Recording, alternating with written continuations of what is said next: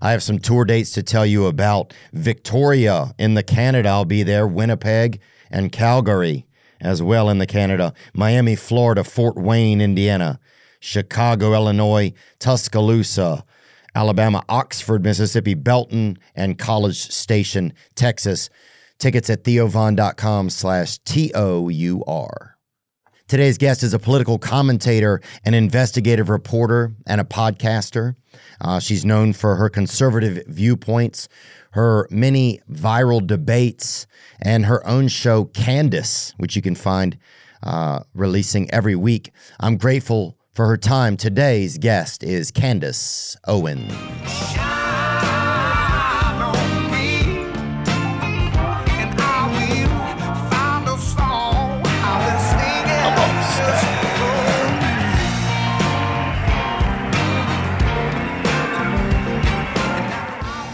Anyway, is this mic on her okay? Are we good? Do I sound good? Oh, great. I look perfect. Oh, actually. dang. Yeah, well, I'm not going to tell you that. You're obviously a taken woman. Yeah, are you hot or cold, do you feel like? No, I am. I only run one way because I'm black. So I was going to ask because you're pregnant. Are you hot or cold? But yeah, that's all. This is like a repeat conversation. Like, first off, there's the women. We always run cold. Oh, yes, I've heard that. My friend Neil Brennan is a comedian. He has a bunch of jokes about that. Yeah, and so I'm a woman and I'm black, so I naturally like the heat. Oh, so black women prefer to be warmer? Yeah, of course. No, well, we like the heat. Like, our natural habitat is warm. Oh, that's a good point, Yeah, huh? my family's Caribbean, so like the warmth feels great. So like, when I'm boiling hot, like my team of guys, they're always like, they always want the air on. So it's like freezing cold in here. And I have to tell them, like, you know, some of you are Nordic. It doesn't work. Like, you know, like I have a redhead on my team and I'm like, Skylar, like, you know, you're from the Nordic countries. That's why you feel this way. I think that like where you're from dictates a lot of your life. Or where your family would originally be from. Yeah, sometimes I don't think about that. It would be great if your AC or whatever had like a Caribbean setting or whatever. Yeah. And you could have set that and suddenly like some great music came out. It'd like, be perfect. Boop, boop, boop, boop, boop. And then some guy's trying to get you to gamble offshore. Suddenly you're like, what temperature is this? That would be so crazy. Yeah. They should have, where are all the cool settings for the HVAC? I absolutely love the heat. So I cannot stand the winter. I can't stand the cold weather, the gray weather. Even there's a difference if in this, I think actually gets scientific. I didn't need the science of it, but it does get scientific. But if you're from those countries, like if I'm in the UK, because my husband's English, just the gray weather. I can't live like this. Yeah, it's like, a bunch of Eeyores over there. Sun. I need this, and my husband just is fine. He can be like productive, like super productive. If it's like 12 days of gray and rain, he almost loves it. He just wants to retreat to his library. Oh, yeah. I think all British people are always just writing war letters and stuff. That's how I kind of always envision them. They're always just looking out the window and writing about the war to each other. That's what my husband does all day. Of course, yeah. And then even Paddington Bear, their bear has a coat. He's not even, like our bears are naked. You know what I'm saying? Like, I'm not saying that that's the way to do it, but if you bring up an American teddy bear real quick. Let me see this topless bastard. Paddington Bear is proper. Yeah, now some of these are obviously some pretty right-wing bears. Bring up a politically neutral teddy bear. No, but they are. They're always like not well dressed. We don't really wear a lot of clothes in America in general, and especially as you come down to the South, it just gets, because then there's England and there's New England. So I'm from Connecticut, so there's a lot of similarity. And then the more that you drift south, you're kind of in a different country. Oh, that's a good point. I never even think about that. Oh, yeah. Because if you see some people cooking some of the stuff I've seen them cook, you would call the police in some communities, you know? But in other communities, you're just sharpening your silverware. So, yeah, I agree that that's interesting. But, yeah, they should have definitely some better settings on the AC. If they had Caribbean, like you set that bitch to plantains or whatever. Yeah. Like, I would love that. I would absolutely love it. You are pregnant now. I've been pregnant for 4 years, actually. So I think now people are kind of saying to me, still or again, when they see me. Are you still pregnant or are you pregnant again? So I'm not sure which one, but this is my fourth kid. So, and I've had a child every year. It's kind of crazy. This is like a lifestyle now for me. Damn. Pregnancy is a lifestyle, yeah. Are there good dreams when you're pregnant? Like, that's one thing, because you're kind of dreaming for two. I feel like, is it almost like being at the Sphere or whatever? That's what I would wonder. You get some really weird dreams when you're pregnant, and also some very precise dreams that end up coming true. totally weird. I mean, I woke up and had such a crystal clear dream. My last pregnancy, my EP was trying to get pregnant. And EP means executive producer? Yeah. Okay. My former executive producer. And I had a crystal, like her son visited me. Like, and it was before she knew she was pregnant. And I said to her, "You're having a little boy. Like, you're pregnant." And she was like, "I'm not pregnant." And then she went back. Somebody shot an episode of The Ring in your womb, maybe. It's one or the other. That sounds wild. And then they got pregnant. She found out she was pregnant, and then she went back because I texted her, and it was the day of conception. And my sisters did the same exact thing to me when they were pregnant. So there's some weird pregnancy dreams that happen. I go with them. Like if I remember a vivid pregnancy dream, I'm like, that's happening. Yeah. Yeah. Ooh, that's cool. Yeah, because you would think that the spirit would be able to come visit you before it showed up, right? Because this is just kind of the physical inclination of a spirit, right? Being alive on earth.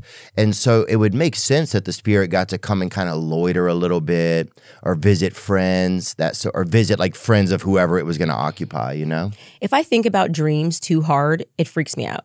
Like deja vu, it just scares me.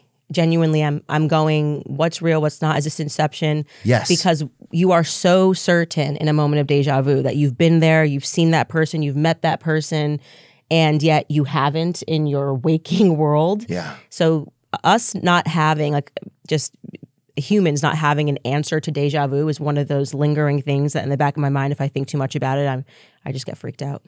Yeah, I had a guest on recently, this guy, Ari Shafir, and we had the strongest moment of deja vu I'd ever had, and I almost grabbed him, and I was like, you've been here. Yeah. And were you, like, yeah, maybe sometimes like an enemy or a friend, or you just know someone. Well, it was like, I knew you. I was like, we've done this before, and I almost felt like he knew it, and he was like this bastard is, this dude. I was like, tell me why you came before.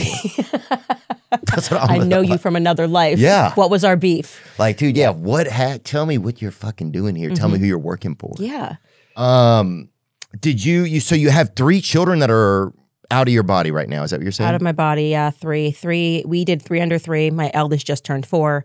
And so, yeah, we are on another planet right now in my house. Like the toddlers are running things. They're running things. They are. And I'm scared of them. Yeah. And I feel comfortable saying that here. I wouldn't tell them that. I act tough. No, you got to, yeah, I think you go away from the house. We don't let them know we're outnumbered, because they're just kind of learning to count. But we are fully outnumbered. You only teach them to count to 2? Before they start making sense and having little toddler meetings of like, hey, listen up, there's more of us than there are of them.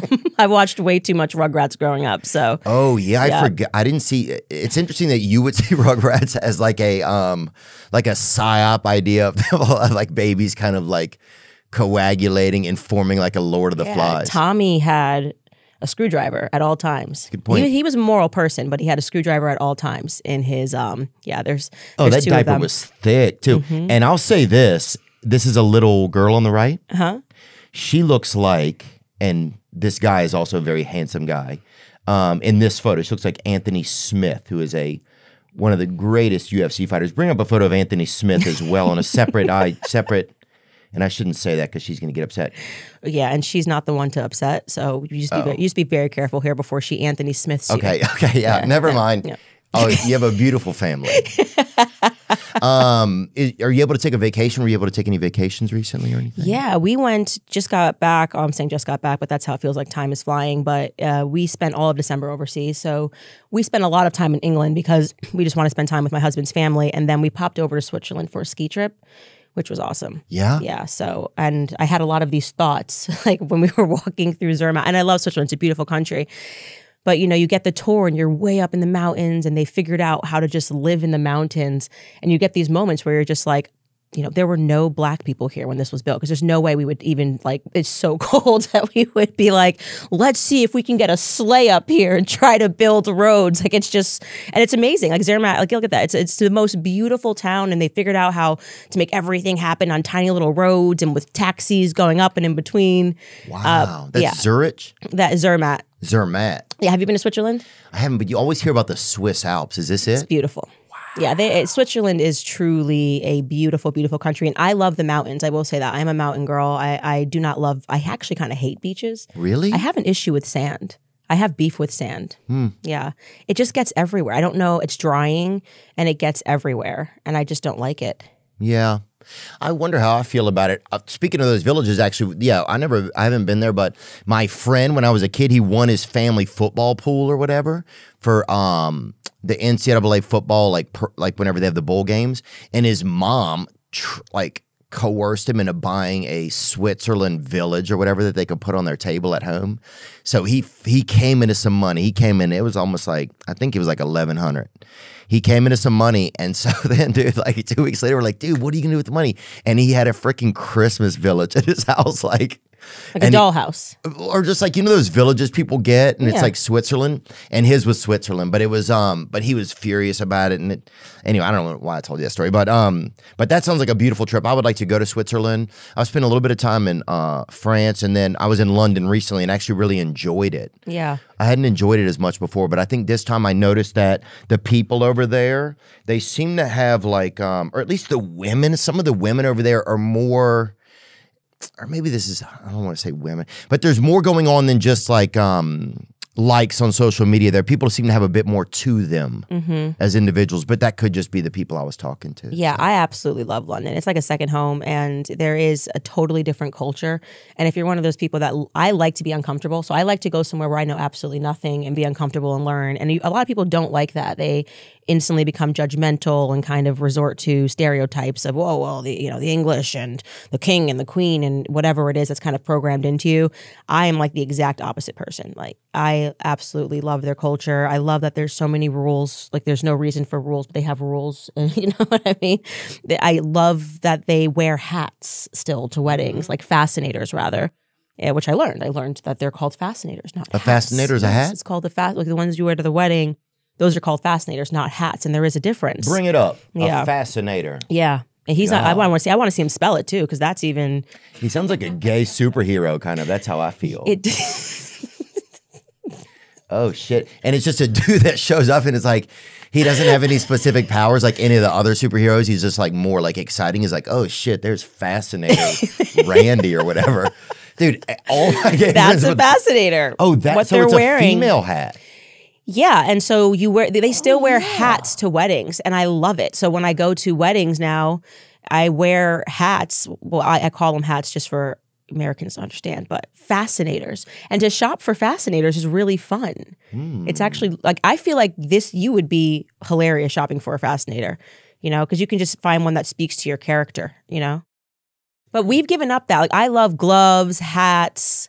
When you see someone wearing a lot of like just hats, gloves, and what's the other thing I like your outfit to look complete. You just look more complete. You know what I mean? Oh yeah, there's more. They're more. They look a little bit more gift wrapped over there, right? Whereas here, if it's hats and gloves, it's burglary usually. I feel like so it's just like America's kind of like best dressed people in America are burglars. If we're being honest, we have so many burglars now. There should be a contest. I feel like. Oh, we've definitely come a long way from the Beagle Boys. Bring those guys up from DuckTales. Those guys were horribly dressed. DuckTales. You strike me as someone who watched the DuckTales. We had to. This was our babysitter. I was like, Mom, do we have a babysitter? She's like, yeah, the Beagle Boys. Don't you watch DuckTales every day? I'm like, that's a television program. Scrooge McDuck. This is a throwback. Yeah, I remember it, but it wasn't my #1 show for sure. Like, I really loved Doug Funny. Oh, yeah. He was really like a cool guy. We also ended up marrying a white guy, too, so I think that all checks out. Do you think Doug Funny, though? He wasn't, I mean, I thought Roger was cooler, and he was blue guy. Oh, yeah. He was a blue guy, Roger. Oh, no, green.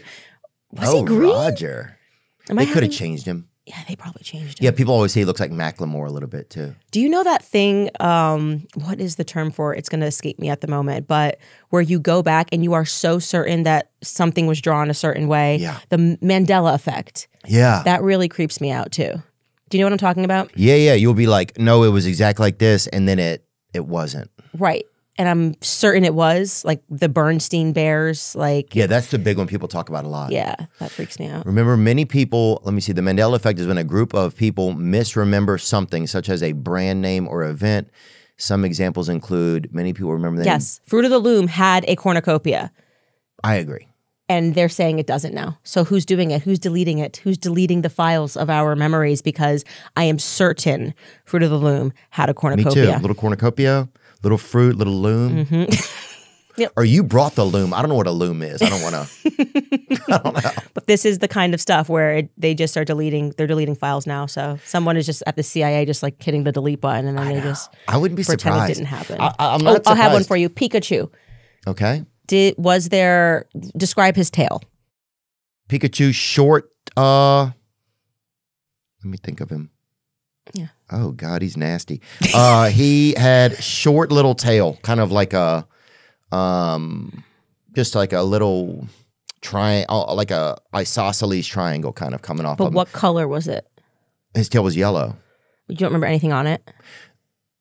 Maybe it had a little ball at the end or something, like a little. Yeah, like a black ball at the end. Yes, there was no black little thing at the end of it. Now they're saying Pikachu never had that. That stresses me out. There was a black ball at the end. The one on the left is correct, and they're saying the black ball never existed. So someone's just deleting the files. They're deleting the files. Well, I wouldn't be. It's like it feels like that a lot of times, and we get so like compromised in our brains because we only have so much bandwidth, right? Like we think we have this immense amount of bandwidth, but we really don't. And so it's like once your like files are kind of filled, it's like that's all you have. Yeah. Are you saying we're getting old? Yeah, I think that doesn't help, you know. Yeah. Candace Owens, thanks for hanging out with me today. I appreciate it. It's nice to see you. Thank you. Yeah. I think you're like such a brave, you're like veracity, you're like fearless, you know, and you're your fear. I don't think anybody couldn't say those things about you. Do you ever like get worried for your own safety or anything these days? Does that happen any?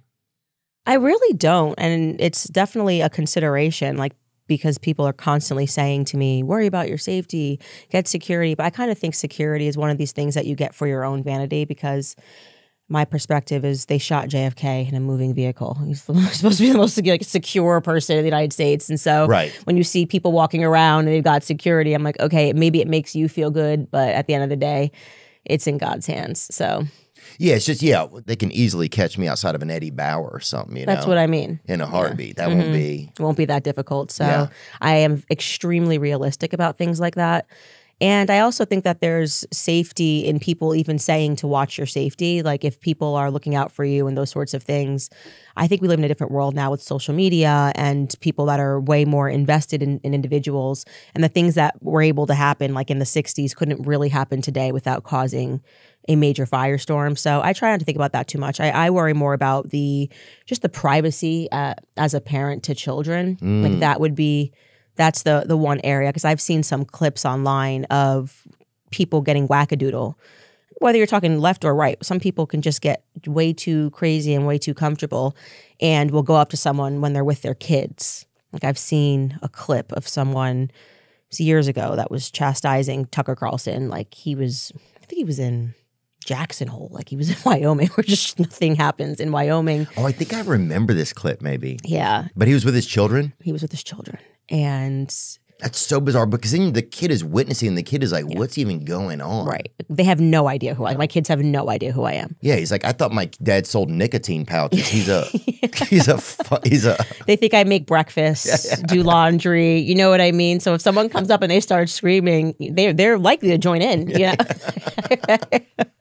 We've got her outnumbered. But that sort of a thing, traumatizing a child for the sake of your political beliefs. And I worry in those scenarios just because I don't trust myself not to fly off with a handle, you know, because there's a natural bear instinct that mothers have. Oh, yeah. And it's like, stay away from the cubs, stay away from the cubs. So that's, I think, my only daily consideration.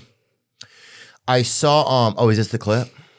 Is this him talking about it? It's hard to have lunch at the Four Seasons in Jackson during the winter because there's some private equity wife who's going to scream at you on your way to the men's room because that world hates you. He happens to live in Jackson, Wyoming. And I go there, to ski and to fish. And I have for a very long time. And I always say to him, I can't go anymore because I get yelled at lunch over my elk chili or in the lift line or whatever, or at the, West Side Market. Yeah, people can get a little bit crazy. Yeah. So that's kind of your biggest concern.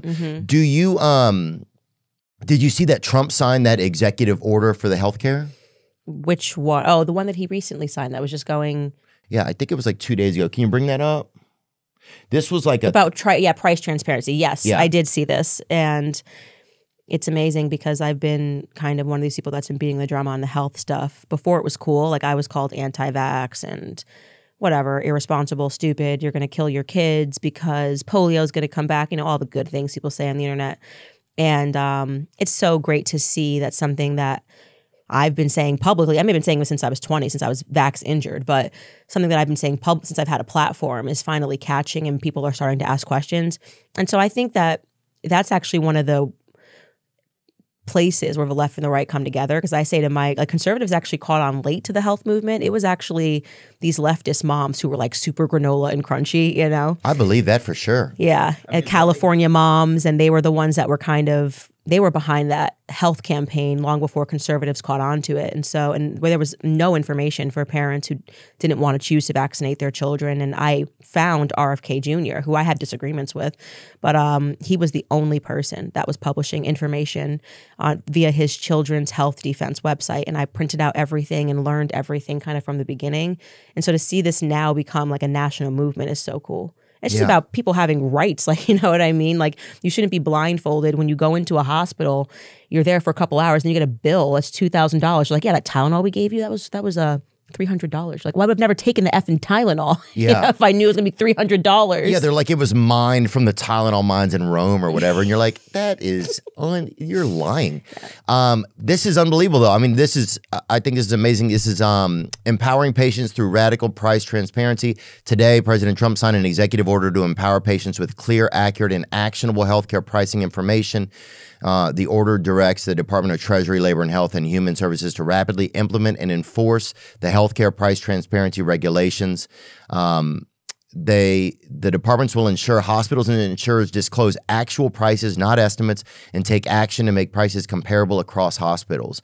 And yeah, I think because the number one cause, this is one thing that, like I've never really been super political, but one thing that I did latch on to over the past few years is this program called Power to the Patients, and Fat Joe has been an advocate for them. We've done some stuff for them. John Jones, the UFC fighter, but it's that when you go to there they are right there. When you go to the hospital, they can just say, agree to pay. Mm-hmm. Then you get the bill later and the prices are insane, but you have no idea what the prices are.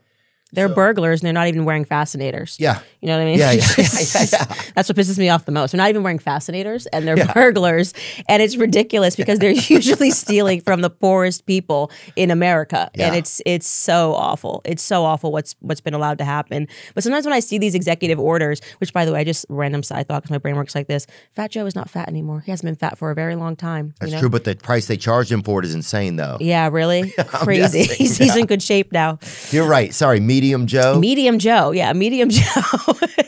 But he's absolutely right. And like I said, the people that suffer the most, and it seems like that is kind of the economic model of America, is steal from the poor to further enrich the rich.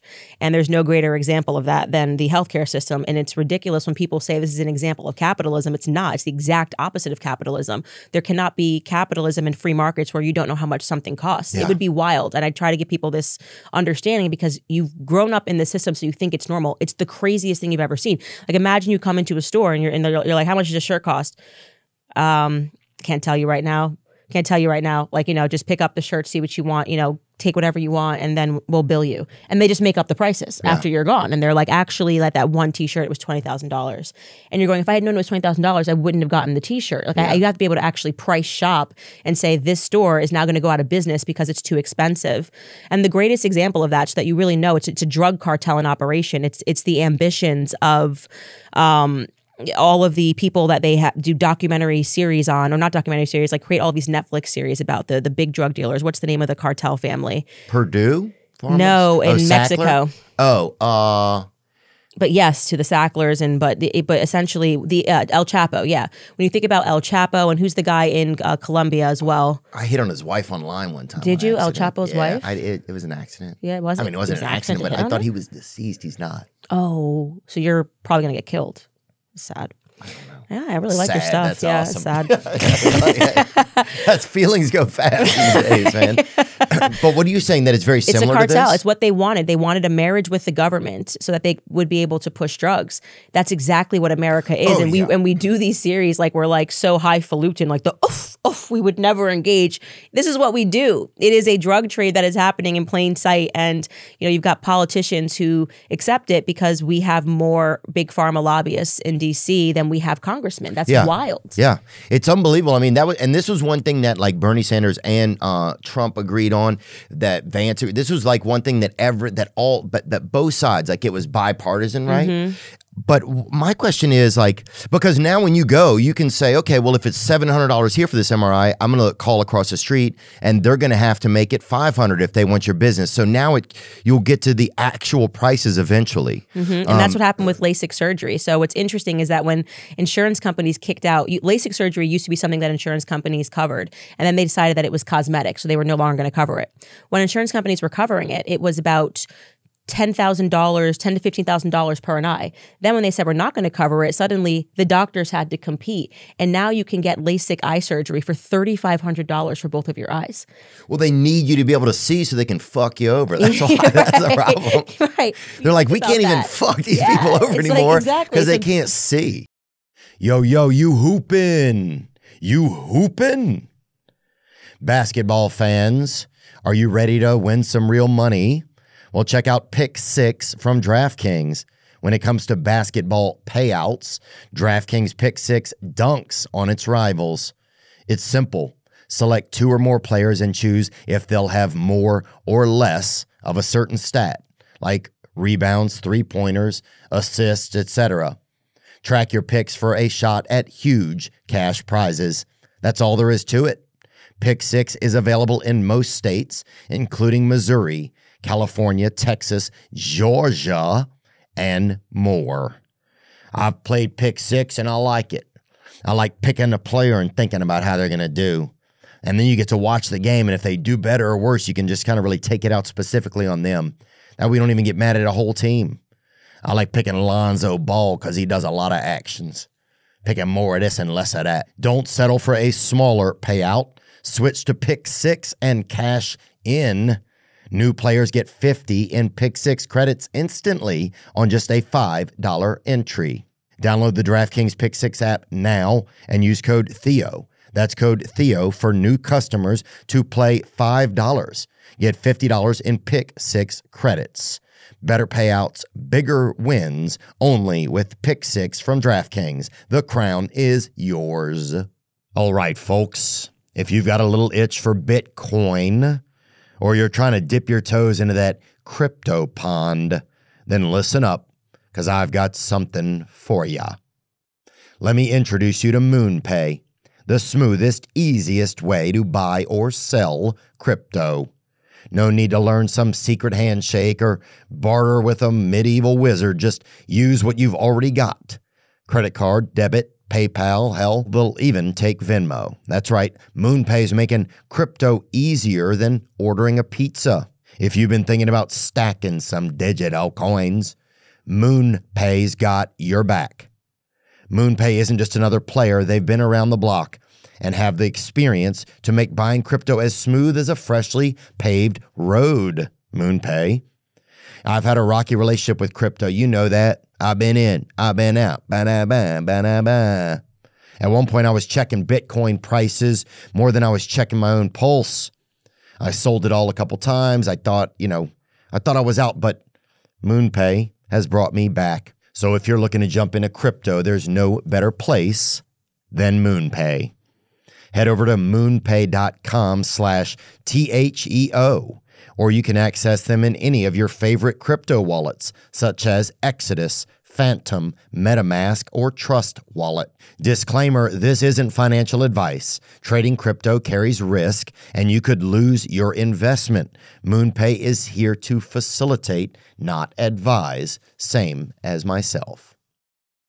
Get rid of these insurance companies so that we can just pay for what stuff costs. Like, I'm happy to go into CVS and buy the $15 Tylenol rather than to pay because the insurance companies are gauging prices and suddenly it's $300 for a piece of Tylenol. And then the stress too. That's the thing that Bernie Sanders was talking a ton about. It's like the stress that people sit there, because then the number one cause of bankruptcy is medical debt in America, and just the stress that causes people. You know, you've lived your life, suddenly you're sick, you're gonna get sick anyway because you're getting older, and now you just are stressed at the price because they send this thing, and then the value you put on your own life at that moment, and the constant stress of calling these companies and just this war.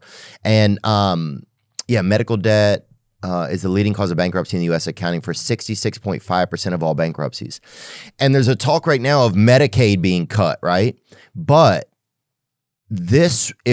I'm hoping this is part of their plan, that they will enforce this, because that's the problem. This happened before that Trump made this an order and it wasn't enforced. It was when he was leaving office. So I'm hoping that this time that this is something that they will enforce and will actually get the prices down. And then you won't even need as much Medicaid because the prices will be real, you know? So I'm hoping it's part of like a simultaneous thing that they're doing. Well, it's good that it's become like the mainstream conversation because most people didn't understand it. Like I said, when you grow up in a system. Yeah, you don't know. And the congressman will then do a really good job of making you fearful. Like, oh, if this happens, if we get rid of Medicaid, if we get rid of Obamacare, whatever it is, then you guys are not going to be able to afford. And it's actually the exact opposite. Like, you get rid of these things and you'll be able to afford it because you're getting rid of all of these people that are just taking money from you and stealing from you. Why do you think it takes, like, this is one thing I'm noticing about government. It's like, no matter who's in office, whether it's Republicans or Democrats, it's always the same shit. Nothing ever changes, you know? It's like you would think at some point they would give you you would get some of these things solved. Like, even with this, like, why does it take something so long? Like, are both sides just screwing? Yes. You start to think that just both sides are just screwing us. Well, we need term limits. This is the problem. So if you have no incentive, if you are going into government and you know that you can stay in government forever, then you have to think of government as your employer.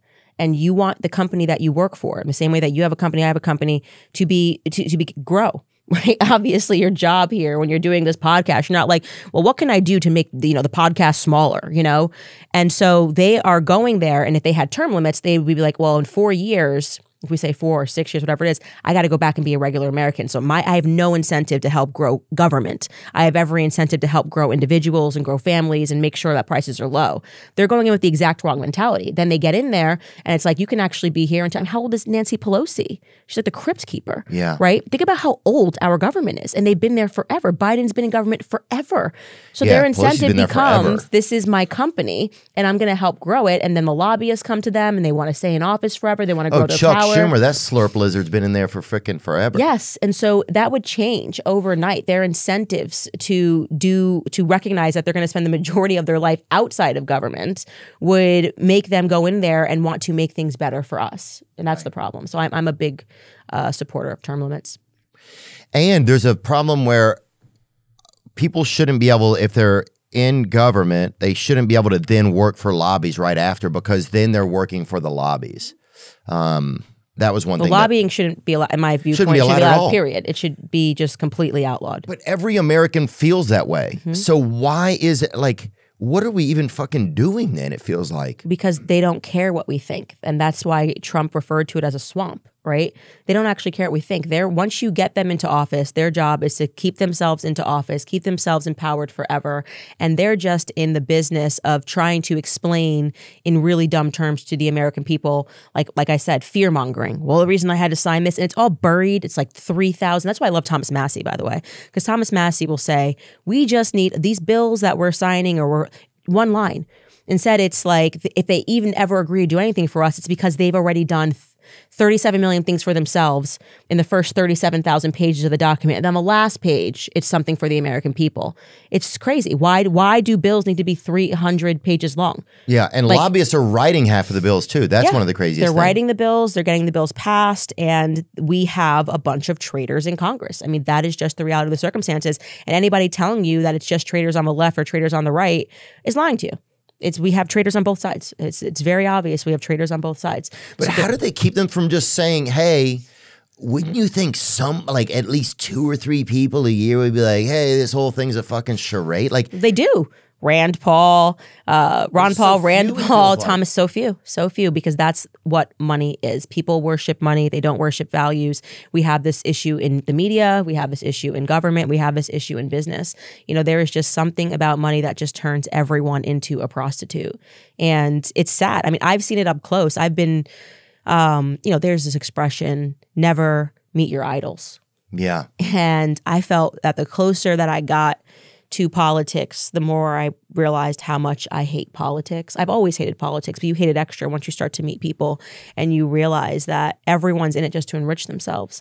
And so few people will be able to walk away from riches, so to speak, because they actually want to do something good. And those people tend to have something that's so much better than riches, which is like their lives are in order. They have families. They're actually happy.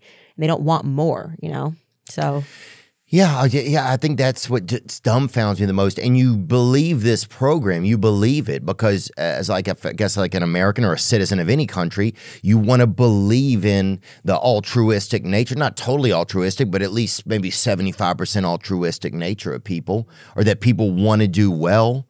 I think that's one of the things that's most baffling. And then at a certain point, does that just have to start to turn? Because the grossness of wealth you just start to see how sick it is and how sour it is. That's easy for me to say that, you know, I can pay my mortgage and I have, you know that I can afford food. So maybe that's an unfair thing for me to say, but I just think there's this overall kind of theory there or feeling there. So what do you think is going to be different about Trump in office this time? Like, I mean, I think if they enforce this thing, that's going to be amazing. I'm curious to see if they will. But what do you think is going to be different about him in office this time? Look, there's going to be great stuff and there's going to be bad stuff.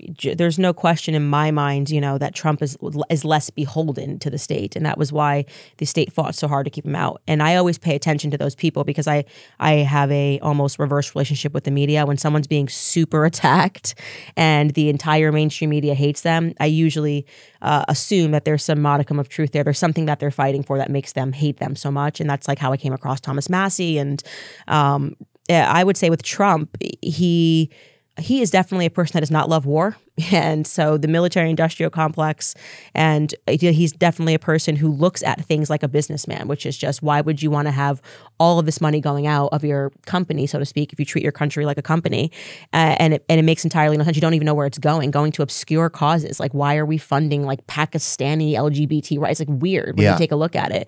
And so it's cool to see him instantly attack that, and that they're automatically, I mean, like when they went through, you said, it's just amazing to see that. So I think in terms of the economy, we are going to instantly kind of bounce back, and people are you can already feel it now. People aren't holding their money as much. I think there was to me, I felt, and I don't know if I'm biased because I'm conservative, but there was a kind of a darkness and a fear when Biden was president. And it wasn't because Biden was president, it was because we knew Biden wasn't president. It's not quite strange. Oh, yeah. That's like the scariest part. Like, it wasn't because he was president. It was because he wasn't president. So it's like, who was running the country? I agree. I can't believe that every day there wasn't a newspaper article from every company that was like, hey, there is a man who is obviously being commandeered, right? Who is a puppet because he is not mentally well. It's not even a knock on him. The guy's not well. Right. It's like if somebody did that to my grandfather or father, I've said that forever, you know, and it's embarrassing, yeah, that it's the fucking family let it do It's it. embarrassing to the rest of the world. It's like people can tell the guy's not well, and they put him on the bike for 40 feet or whatever, and it was like, who put him on the bike? Falls over. The guy. Well, it's just like, you can't put that guy on a bike, dude. No, it was elder abuse. It is. That's what it felt like to me. It felt like elder abuse, and it felt like a horrible way also for the world to see us like, oh, this is what they think of their elders, right? And that kind of hits you in a place where like, man, it's just gross. Like, people took advantage of this guy. I'm amazed that his wife didn't speak up.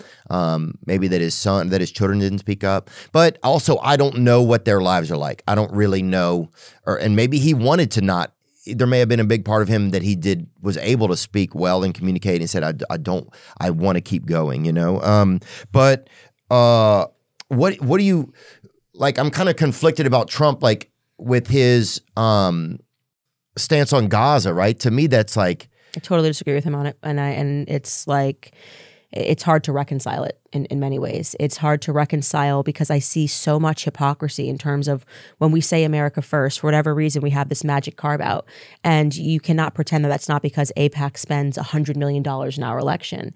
And this gets back to what we were talking about, whether it's Big Pharma, whether it's Israel, everyone's for sale in DC. And so I have been very disappointed with Trump on his perspectives about Gaza. I have been disappointed, by the way, he's the last person I'm disappointed with, because I've been disappointed, as we saw all last year, with the conservatives, people that say they're Christians who are condoning this on the basis of what? Like you're saying, oh, well, they're Muslims, so who cares? And that gets into our programming, which I've spoken about in my podcast, of this 9/11 programming where we just don't see Muslims as like human life. And to me, to speak about Gaza and talking about casinos and hotels, and these people just lost their entire families. Yeah. It's so far removed from humanity, and I think it's wrong. And I'm tired of America being used as Israel's piggyback. For whatever reason, everyone can critique every other country for taking money from us, and then there's just everyone's blind when it comes to Israel. And obviously, I paid a very heavy price for saying that last year, but I don't care, because I am truly someone whose values have never been up for sale. Like, I don't care. I will burn everything to the ground and rebuild it. I have to be able to like sleep at night, and to see those Palestinian children, and the images are seared into my brain.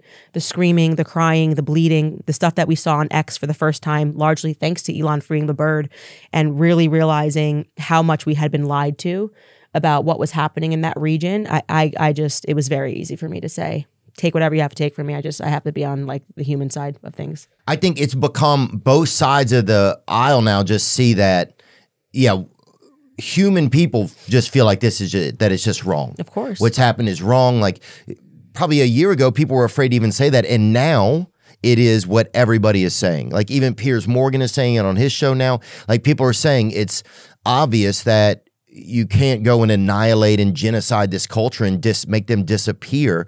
And then Trump to come on top of it and say they're going to build, you're going to go on a lazy river where there's bodies of like, who could even go to that? And what's so crazy is the mainstream media thinking that we're so stupid that they're going to condition us to believe that to not support the ethnic cleansing, they're then going to mine our like preconditioned beliefs about the Holocaust and be like, oh, well, a Jewish person died. So if you don't agree with what we're doing over here, then you're a person that wants more Jewish people to die. It's like, this is an evil way to try to socially engineer what you want, because actually it's precisely because of what I learned growing up about Holocaust and ethnic cleansings that I do not support what the state of Israel is doing. And you're trying to convince me that it means that if anybody's been wronged in the past, they can't wrong people in the future. You're also wrongly conflating like a Jewish American. Why? You have nothing to do with what's going on in Israel. This is a foreign country. No more than if right now we were standing up to a genocide that was happening in Ghana. Yeah. And then when I'm going to be like, oh, well, if you don't support what the president of Ghana wants to do, then you want American slavery back. I'm like, it's like, what are you talking about? Just because I'm black and like maybe my family is from Ghana, why on earth would I not be able to critique a foreign country for something that they're doing that is so objectively wrong? Yeah. And so it's disappointed me as someone who just had so much respect and belief in the conservative movement and believing that it was a principled movement, and Christians as well. I've been very disappointed in Christians who are trying to use this like biblical argument for just, well, no matter what, Are people doing that? Yeah, it's pretty sick, man. It is very sick. They're basically saying that the Bible will bless those who bless Israel. And I'm like, okay, so we have a country who first and foremost doesn't have to give us back our pedophiles. Literally, they have this weird rule that you can go if you're Jewish and hide as a pedophile, and actually an amazing Jewish organization did the work there. You could pull it up. I think it was on CBS. I forgot what the name of the Jewish organization, but they went to Israel and was like, why are we harboring pedophiles? So there was a Jewish organization that they had pedophiles. They did amazing. No, they were not the pedophiles. They did the investigation to show how people are using, how like people who have molested children in America, if they're Jewish, they can then make their trip to Israel and be protected by the government. And Israel doesn't have to they literally don't have to, exposing. CBS News, that second one. How Jewish American You will not find a single person who says that that's wrong. Hide from justice in Israel. But can't they hide? Can't most people say so these are people that are Israeli citizens? No, they can then become Israeli citizens. They're American. right? So if they just hop, if they're being in, like on a trial, you get to Israel, they'll protect you. And so they went to where all these, pedophiles are, and spoke a lot about, this, or I can't remember the name of the organization, but they did amazing work there. Jewish Community Watch, that's what it is. And so that's what I mean, where it's like there's also this wrong conflation that annoys me as well, because you have Jewish organizations who will objectively say this is wrong. They recognize they are Americans. They don't support pedophiles. And yet the mainstream media is trying to conflate them and make them think that they have to defend the actions of this state. And yeah, if you even talk about this, so say it's anti-Semitic, talk about this. What are you talking about? You're taking billions. That's the difference here. This is a country that is taking billions and billions and billions. It's an American welfare state, And CBS jumped on it. A CBS News investigation has found that many accused American pedophiles flee to Israel, and bringing them justice can be difficult. Okay, has been trying for years to find Caro's Caro one and of help them. bring to justice. So Jimmy Caro, he's a wanted man and is considered dangerous, accused of assaulting a 9-year-old girl in Oregon in 2000. He fled to Israel before authorities in the U.S. could apprehend him. But is this just one guy? No. So this is a story about how they are doing this. Like, it's the main story is like that they were investigating is that there's so many people that did this. Why do they allow it? Because they have special consideration and they are not allowed, they don't have to give us back our pedophiles. I don't know. I never understand these random Israeli loopholes. And it's ridiculous. And the fact that they can just call people anti-Semitic, like it's just like a sweeping allegation. How dare you notice that this is happening over here? You anti-Semite. And it's like, we have every right to critique this nation because you take money from us, especially, right? That means when we go to work and taxes are being taken away, we're paying to support this. Well, and then we're being gaslit by the media who's telling us that critiquing them in any way is an act of hatred for Jews, which is just such a nonsense.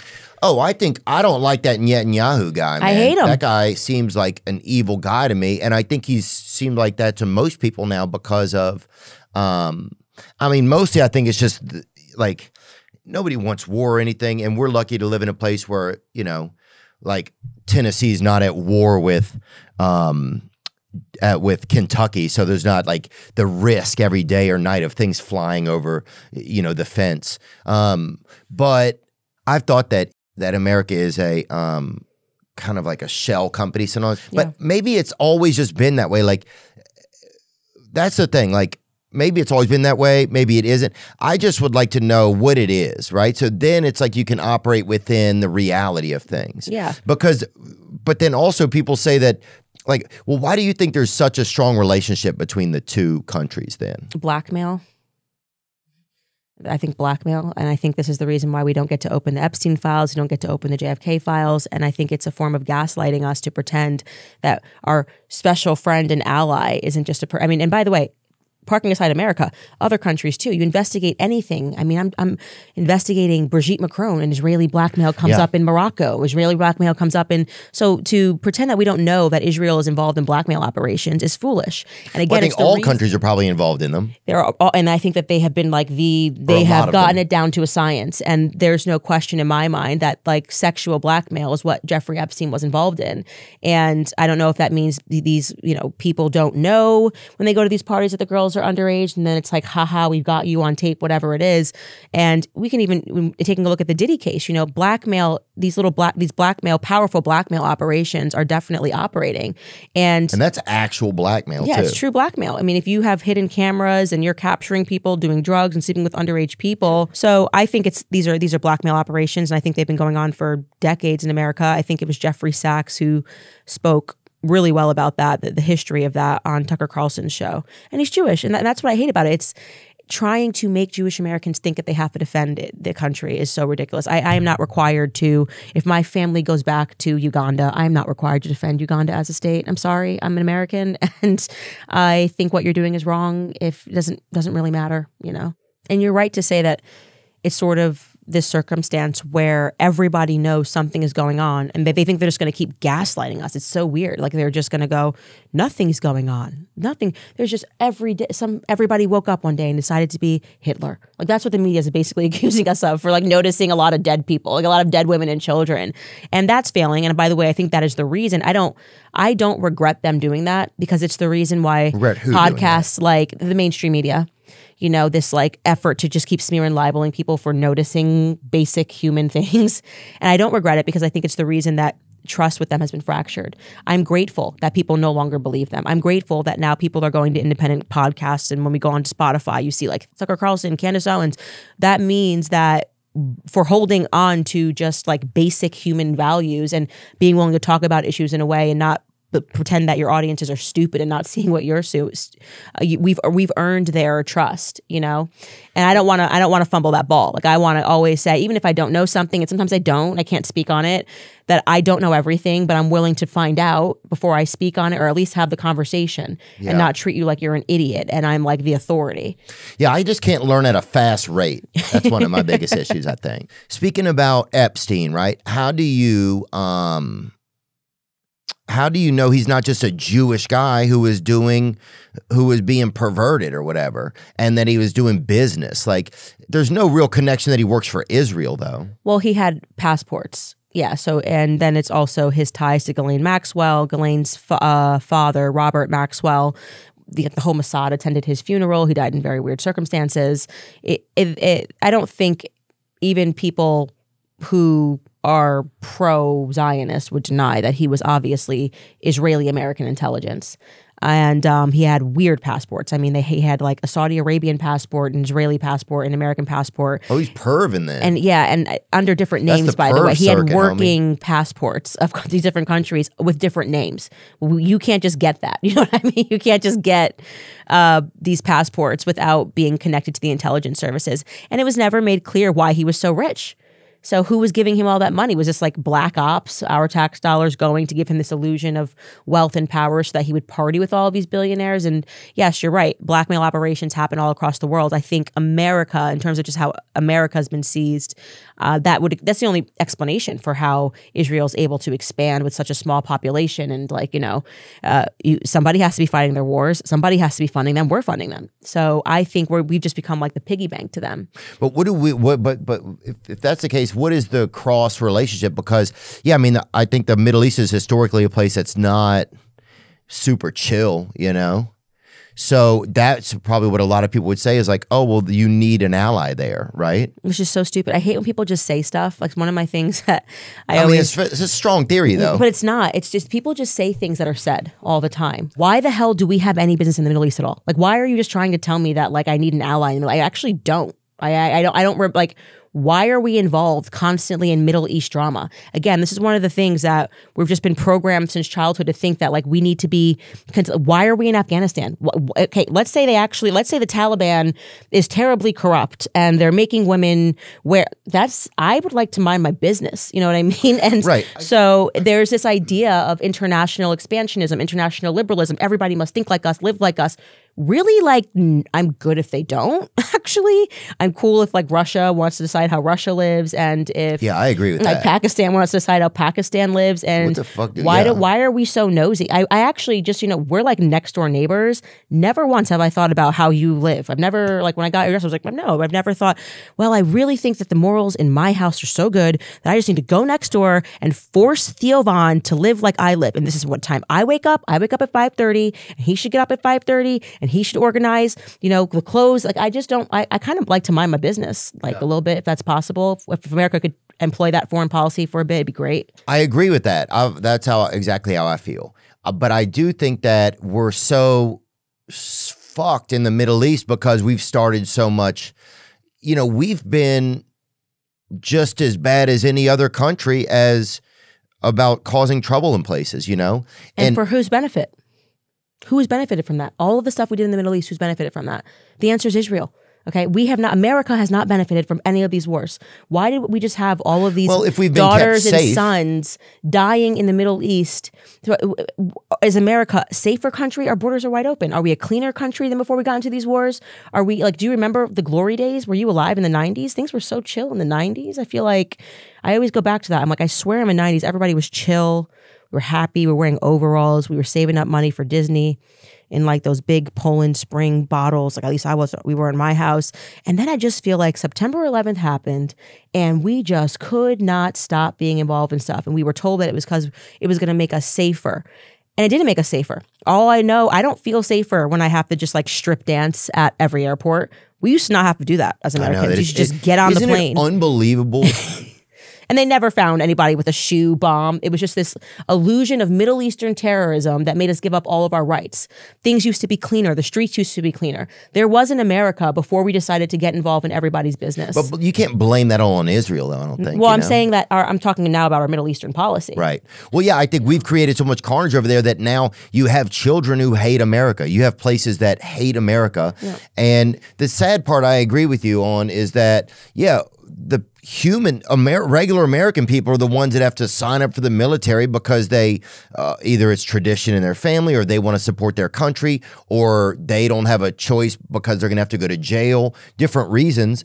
But they're the ones who have to actually go and die and be the pawns of these sick governments, right? And I do think, or these strategic governments, like that's the thing. I don't know sometimes if the governments are, if some of the international politics, I don't have an understanding of international politics. I mean, I have ways that I feel, but I don't have a strong information well. But I do think that it's sad that it's the regular just voter that has to go and put their life on the line. Right. You know? It's the very same people that the mainstream media calls racist, sexist, homophobic, and anti-Semitic. And then the price you get to pay for that is that you get to sign up and fight the wars so that those little elitists can write their articles about you. Like I literally said no one should sign up. Like under the Biden regime, I'm like, I would never send my kids to fight in a war for a foreign nation when this is the condition of ours. The whole idea of signing up for the military is you're supposed to be defending the homeland, okay? Now we're defending Ukraine's borders, and they're, again, using the same weird argument to try to make you... That whole Ukraine thing is unbelievable. But like, it's a laundromat. It's a laundromat. Look into it historically. Yeah. Zelensky is a puppet, that's being... And the use of that was we were running money through Ukraine. They can't account for the billions of dollars that we sent to Ukraine. It's a laundromat, and it's just being sent back to the same elites while the American people suffer. Now, that part I totally agree. I mean, we can't account for any... I mean... No, but it's a laundromat. This is money laundering. And this is what I mean when I say... it feels like that for sure. Like you just don't really know what's going on. And they shame you. We can't trust our... But who shames you? The mainstream media for not supporting it, and that they shame you. They call you the isolationist. You don't want to get involved in Ukraine. You're an isolationist. I'm like, dope. Love it. Can I get it on a t-shirt? Isolationist. You don't want Big Pharma to have more power. You're an cool, whatever you need to call me, put it on a t-shirt. And that's what I hope that people get from me when they watch my podcast. And people know that this is just high school name calling, okay? A bunch of dweebs are down in DC, people that you would have probably never even freaking hung out with. Okay. And they're telling you how you're going to live and how you're going to work for them. That's stuff they would never have the courage to do. You love the war so much, neocons, the conservative side, put your kids in the war. You love it so much. You love Israel. So go fight for Israel, dude. There's no rules here. Pick up and go, right? Like if the pedophiles can go, I'm sure you can go. And it's not that. Instead, they think pedophiles should have to get out there on the front lines, I think. That's a perfect solution that I would get behind. All of them. Every single one of them. And so, yeah, that'd be great. Put them all in helmets. And I'm just so sick of people who live no helmets. No helmets. No helmets. I'm going to say that. I love that. Yeah. And so I'm just so sick of people. And then they look down and who are the first to sign up? Oh, the good old boys. People down here in Tennessee, Alabama, right? And they hate you. They hate you the most, right? They hate a white American straight male is like the number one person that they want to just like annihilate, like every sense of America. Well, I will say that I definitely felt like, I felt like during like the past 8 or 10 years of mainstream media, like you were the one that got picked on.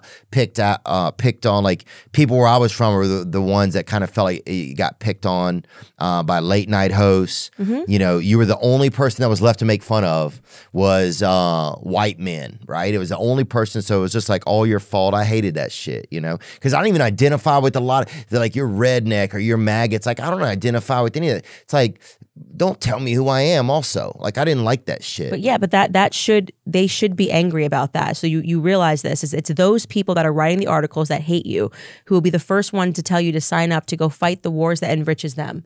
It's a nonsense.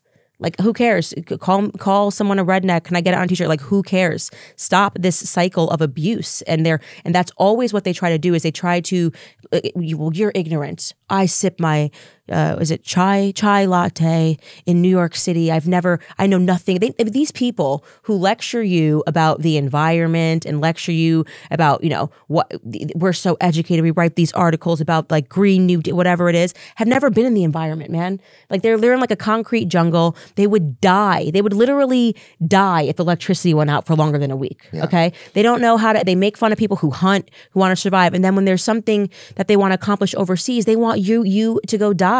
And so I just want Americans to wake up to that, and to realize it's left and right.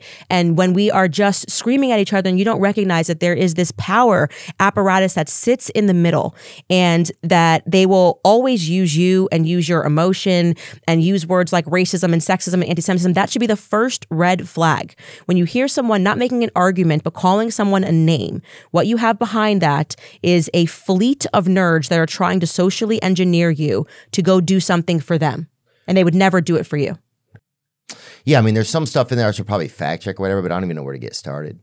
But I do think there's a lot of news out there. We know it. Everything. It's too much. So much advertising attached to everything. It's confusing. You don't know who to trust. That could be changing for you. San, I want to tell you about Straight Arrow News. Stay abreast of what's going on in the world. I know it's overwhelming. And it's more overwhelming when the interfaces and the apps you're using are trying to spin the information. You don't get that with Straight Arrow News. What I love about Straight Arrow News is just even the headline. It's just the information. Do you want to know about this? Boom, click, learn more. That's why I've been using Straight Arrow News. Straight Arrow News is a place that empowers you with unbiased, fact-based journalism that informs, educates, and inspires trust. So you have context to the stories that impact your life. Go to san.com/Theo Von to check it out. You can visit through the link in my description. When you visit, you not only support me, you're also supporting a group of journalists who are raising the bar on news by delivering news without bias, filter, or spin. Welcome back to trustworthy journalism. Just the information. Straight Arrow News, san.com/TheoVon. UFC 313 is this Saturday, March 8th at 10 p.m. Eastern Standard Time. It's exclusively on ESPN Plus pay-per-view. The main event has UFC star Alex Chama Pereira defending his light heavyweight title against number one contender Magomed Ankalaev. This will be Pereira's fourth title defense. Ankalaev is on an 11-fight unbeaten streak. He's on a heater, boys. In the co-main event, you got Justin Gaethje. Dan Hooker hurt his hand, so he's out. But they brought back in Mr. Rafael Fiziev.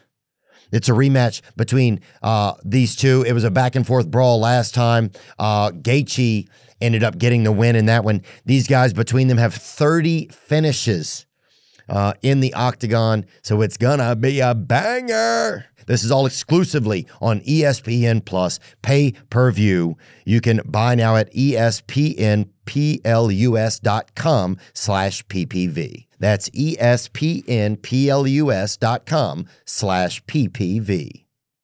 So you connect a lot of dots between like Israel and media, right? But do you think that it's just capitalism? Like, don't you think a lot of times it's just business, and that's how business works, is that they're, like it's one of the side effects of capitalism? If that were the case, so the reason why this is different is because Israel is actually the exception. They are the only country that's allowed to lobby Americans. Like everyone else has to register as a foreign agent and under FARA. Like with AIPAC or whatever? Yeah, so AIPAC, the backstory, by the way, before JFK got shot, he was fighting AIPAC. They were previously called, I'm blanking on this, you can look it up. And he was literally saying you have to register under the Foreign Act. Is that true? Let's look it up. 1,000% true, and you should look it up. We should fact check that live. He was fighting with what is today known as AIPAC.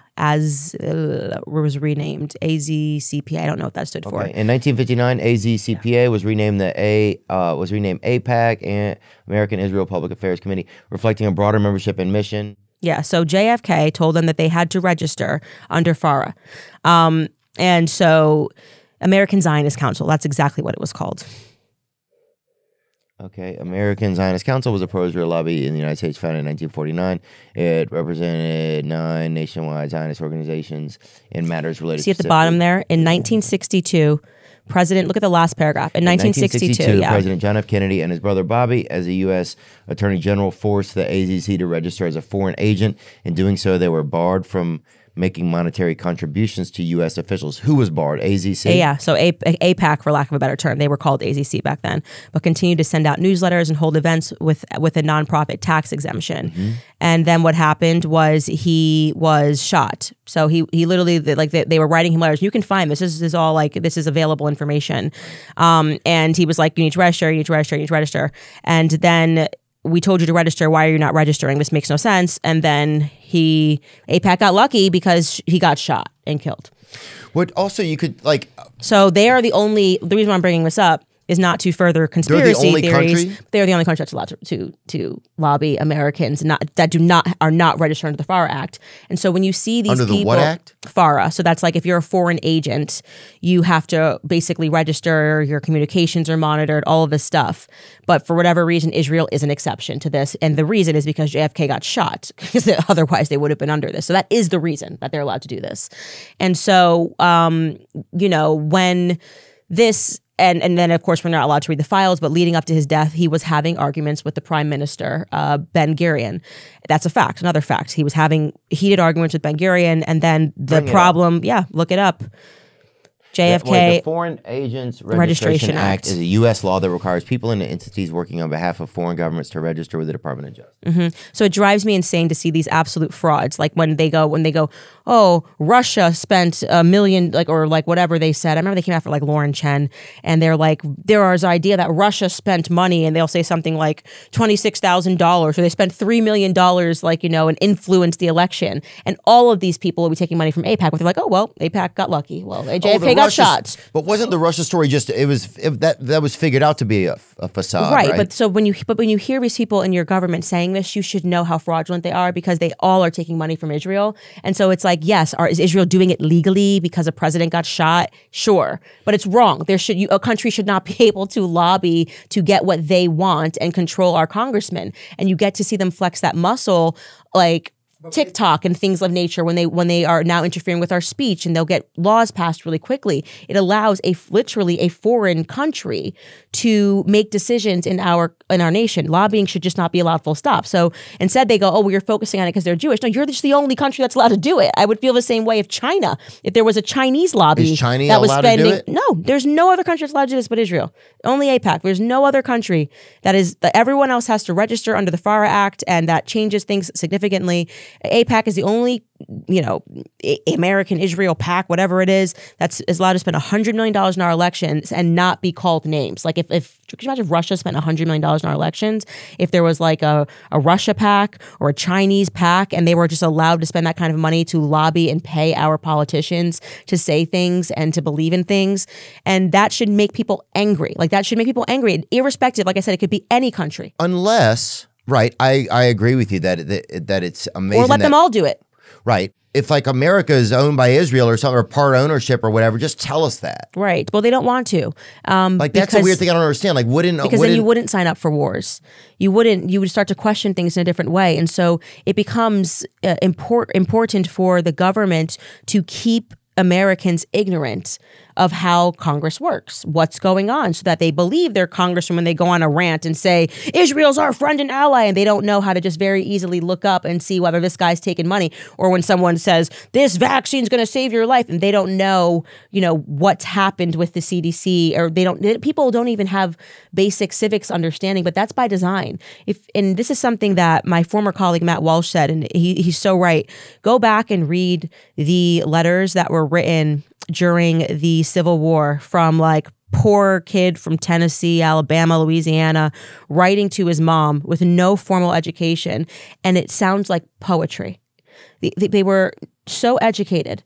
17-year-olds, I'm talking 17, 8-year-olds, like talking about how they miss their mothers. And you read these old letters and you're like, Americans were so educated. There's been an intentional effort to make Americans dumber and dumber and dumber about their own processes, because then it allows for the gaslighting media to come in and sort of make, you have people now, you look at we are factually speaking getting dumber and dumber every decade. And they fashioned this with the Department of Education, which is now, they're going after that too, which is great. Trump is saying like, no more, but you federalized education. And there was a reason for that, because now they can keep you focused on learning about emotional things. Well, we want you to learn about race. We want you to learn about sex. It's very important that we learn about trans rights. And so this is where I think the left and the right we're fighting over stuff that's so irrelevant, right? Yeah, a lot of times it's just like everybody's fighting over bullshit that doesn't super matter. It does matter, but really to sometimes just like select small groups. We get these political kickballs that get kicked around back and forth, and they're the biggest things in the whole world. BLM and like the bathrooms, bathrooms. Like I'm just saying, I'm not saying that trans people don't need a place to urinate. Everybody does, but I'm just saying it seems like there's ways to figure it out. I'm from a community where if somebody attacked a gay person or a trans person, you would fuck those people up, right? Like that's just where I'm from. And also, by the way, we had already solved that. Like everywhere in the world, it just used to just say bathroom. And we knew that meant anybody could use it. Right. Do you remember this? And that now it's like this issue where they're now writing signs that are like, any person can go here. And I'm like, have you never been on a plane?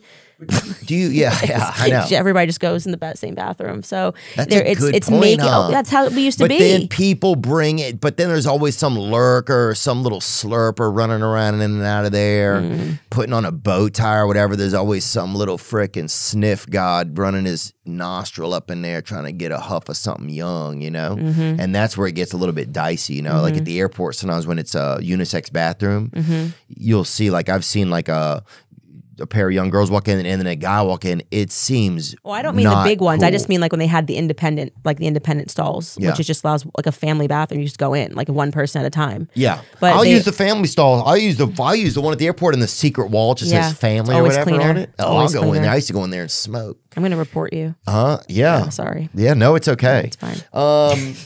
But obviously you like you're into conspiracy theories. I'm just into the truth. And as soon as you start following the truth, they call you a conspiracy theorist. But like I said, I'm comfortable with it. I literally sell stuff that says conspiracy theorist. My whole mission is to make people realize dweebs are calling you names and I don't know, like you just got to stand up to them. You called me a conspiracy theorist for talking about vaccines for years, and then COVID happened and suddenly people are all looking at my old series and going, wow, well, if they could lie about COVID, did they lie about other stuff? Yeah, buddy. You're looking at a drug cartel. Yeah. They're going to lie to you. They know some things, you know? I think things start to feel super obvious to a lot of Americans that it's just been that we are being laundered, right? We are the things but then it gets to a personal level. It's like, do some people even really care? I know there's a part of people inside of their spirit that probably really cares for most people. But then it's like, how do you uncompromise and unaddict yourself from the easy things to want to spurn yourself towards action, right? Well, let me say this. How do you keep because you got anti-Semite of the year or whatever, decade, or I don't remember what it was. Yeah. But because I don't like what Israel, like their space in Gaza, right? Like that to me is just seems super tyrannical. But didn't they just come up with a thing today about the ICC? They can't prosecute Netanyahu? Yeah, because he runs shit. Is that today? Yeah, he's like the ultimate grand gangster. He's like, even when they catch him doing the crimes and we created this court for exactly what it did, they said, you can't do this. Then they say, well, just cancel the courts. Can you imagine being like that much of a worldwide gangster? It's crazy. Right. And I wish they would just say, look, we're still letting everybody be gangsters, because that's what I don't like about the media a lot of times. There's this thing. It's like we all need to look out for each other, and we need climate change, and we need to make sure that everybody has a safe place to urinate and all those things, which, yeah, I think all those things are important or worth discussion. But at the same time, you'll have countries that are still playing this Fidel Castro type of role. So it's like, why do we keep saying all these little things are important, but you can just say, hey, we're still in colonial or we're still in the old school days and shit is what it is. Yeah. So fucking mark off your fence yard and protect your fucking shit, because that's what countries are doing. Like, that's how they're operating, but they're trying to create ambiance that makes us feel like we can't operate like that, or you're a bad person if you do operate like that. Right. They're actually morally pretentious. They're pretending it's like, oh, we've just gotten, we're so dignified. We would never do this. Look, if it's the rules of the jungle, it's the rules of the jungle. Let us know. Right. That's it. That's my biggest thing. It's this illusion of we're better. We would never. Oh, because of World War II. You're doing all of it, right? You're violating every single one of these codes that you put into place. And if you're going to do it because I'm big and you're small, then say that. So like the small guys know what's up. It's the rules of the jungle. That's my thing. I just want to know what the rules are. If America is owned by China and Israel and Taiwan, just tell me that. Let me know, like, because at a certain point, if you keep, what you're talking about, by the way, there's a term for it. It's called real politicking. Real politicking? Yeah. So I did That's all I want. I foreign just want policy to know. paper. It's like, I'd rather know that we're working with cartels in South America, because we are, right? Yeah. And like, that's cool, CIA, like whatever. But just like, please stop the pretentious, your face. Oof. Oof. Yeah, that's the American government. It's the scoffing. We would never. Yes, you would. Yes, you have. And yes, you are. And people that know real politicking. Let me look at real politicking. Yeah. Is the approach of conducting diplomatic or political policies based primarily on considerations of given circumstances and factors rather than strictly following ideological, moral, or ethical premises. Right. And so if they're like, yeah, here's the thing, cartels are getting big in the South. And so, yeah, morally, we shouldn't work with the cartels. But also, if we let the cartels keep growing and El Chapo keep growing, then you know what? Then Mexico could become stronger than us. So we're going to do deals with the cartel. Like, that's realpolitik, right? Or say, Israel we are partners to the end, and this is how it is. Yeah. The problem is, I think you used to be able to do that, but the news decided to not be the news anymore. It decided to be like not real, Well, because the CIA purchased them, right? And that's a fact. Again, you could pull this up so that we get into conspiracy theory. What is Operation Mockingbird? The CIA, after JFK was shot, which is just a fact. Please look it up, because I'm going to sound crazy if you don't look up Operation Mockingbird. But everything happens after JFK gets shot. I'm never going to work again, but let's look it up. It's fine. No, this is on Wikipedia, so we're not even we're not on Reddit feeds here. You know what I mean? Everything I'm showing you is on Wikipedia, so it means like they've admitted it. Operation is alleged. Here we go. Scale program at the United States Central Intelligence Agency that began in the early years of the Cold War and attempted to manipulate domestic American news media organizations for propaganda purposes. And where were they from? 1963, they're at the bottom. So it's just a group of Americans? No, the CIA just paid American journalists to say what they want to. Operation Mockingbird, right? So that you and I are taking money from the CIA, this would be the theory, and they're paying us, if we're journalists. And so then our job is to be like, gaslight the American people. So that if, let's say, the CIA was involved in shooting JFK, right? Okay, well, that kind of is what I believe as a conspiracy theorist. But I don't listen to me. I'm a conspiracy theorist. I believe CIA was involved. And so the next thing you have to do, if the population's freaking out, what's going on? Okay, they start putting journalists on payroll, and they're supposed to gaslight you and be like, this is a closed case. The matter has been closed. JFK tripped and fell, and that's how he died. And anybody saying anything else is a conspiracy theorist. Also a fun fact, the term conspiracy theorist was created by the CIA. It's literally a gaslighting. It's a word that's used to gaslight you. And so I've fallen in love with going back and learning real history and recognizing that these public school classrooms, which I grew up in, were meant to program me and to social engineer me. And so to find like historians, if you want to know why people react the way that they do when Tucker has on like a Daryl Cooper or somebody that's deep in, can tell you more about World War II and more about World War I, whatever it is because they are the mockingbirds, right? They are freaking out because this is now failing. There has never been any indication that Operation Mockingbird has ended. In fact, it is known that Barack Obama reinstituted Project Mockingbird. And so you have to know these things. How do you know that? You can look it up, Project Mockingbird Obama. But did you write the article that's out there? No, I'm not. They would never let me be an editor. I won Anti-Semite of the Year. There's no way they're letting me do anything ever on like anything government stuff. They've put me on the ADL list. They've tried to smear and libel me into like a ridiculous way to make it. I mean, they say I'm literally Adolf Hitler. I'm Adolf Hitler. I'm the second coming. I've read somewhere. Well, at least they casted a black Hitler this time. I feel like that's cool, right? Like that's good for DEI or whatever.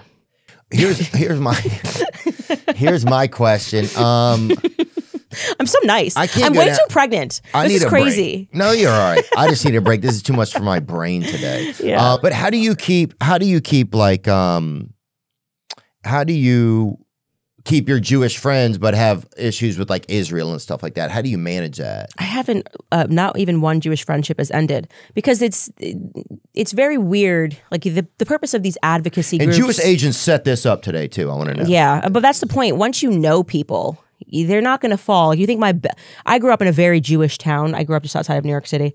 And all my best friends growing up were Jewish. It just happened to be the way that it was. And so like, you're not going to convince them, these people that like I was at their Rosh Hashanah dinner. Like I know Jewish prayers. And the Jewish families that I worked for in New York overnight that Candace turned into Adolf Hitler. Like that actually is being sold. Oh, that's a good point. It's just like, they're not going to buy that. You know what I mean? So it's stupid. But the other thing is that they haven't yet worked through, I think, this new generation of smear tactics, like the people that are employing it now, people like Barry Weiss, they haven't quite figured out that once people have a platform that's big, like if people are watching your show every single day, and I say, actually, Theo Von is an avowed racist, like he is the second coming of whoever, you know, he just wants slavery back. You're not just condemning Theo Von, you're condemning the millions of people that listen to him, and they get mad because they know they're going to be like, I listen to his show every day. What are you talking about? Like he says raisins are, you like raisins because they're grapes that have been through shit. That's a Theo Von quote. Yeah, I would never do slavery, dude. I have fucking 3 employees. I can barely handle But if I had guys. advocacy groups and tons of money, I could just be like, write articles that say Theo Von hates black people. Okay, we could do it, but at the end of the day, people that listen to you know better and they get angry. And all it does is it breaks them away from trusting the mainstream media more because they are listening to you every day. So I have the confidence in my followers. They know me. They know who I am. I don't hate anybody. I just hate liars. And they come in all different shapes and sizes and races and religions. You can find you can find you a liar anywhere. So. Yeah. Well, I do think because there's also a lot of great things that I see, like in like a lot of Jewish families, they value education. Right. They invest in their children. Mm-hmm. Those are like some of the things that they do super well. They work together, right? Like a lot of Jewish guys that I know, they'll connect you with another Jewish guy to work with or something, you know, like they help their group, you know, and that's something that I feel like other groups could learn how to do as well. You know, that's something that I think I learned my work ethic I got from 2 Jewish men. I worked in private equity for 4.5 years. Oh, really? Yeah, and that's in why it's all municipal bonds. Not in municipal bonds, in private equity. Into some. Mm-hmm. It's going pretty. I mean, it is. You know, what do you mean it's going good? It's set percent. Yeah. So, but they pretty much like you can't live in New York City and hate Jews. They're literally everywhere. But that's kind of been one of the worst things about the politicizing of this. Is exactly what you're talking about. My perception of Jewish people is being someone who grew up in New York, that they work hard, they grind, you know, they fight, they love. You can get into an argument with them. They don't take themselves seriously, can say whatever, and then be out to dinner. And to see the branding of that now, like this like victim mentality, I don't recognize this like what whiny do you mean, victim mentality. Well, now whenever things become political, it becomes like the DC version, and this is why I also hated the BLM, because black people are like very funny, have a good sense of humor. You can always just like make a joke, and that's kind of like that's what our culture is. And then BLM turned black people into like victims, like racism's everywhere, and it's in the way that person's braiding their hair. It's a form of whatever they're learning in school, weird terms, cultural appropriation. And I'm like, it turned us into wimps. Like this was our cool thing, was we were funny and we could take a joke and mock people for being, you know, white, redneck, Chinese. Like that's the cool thing. And when you remove that, and then suddenly like it's like hysteria and you're like, I'm a victim and everybody's in it. It's like, you're not fun anymore. You suck. And I hate you because you suck, not because of your race, whether you're black, Jewish, or white, you know?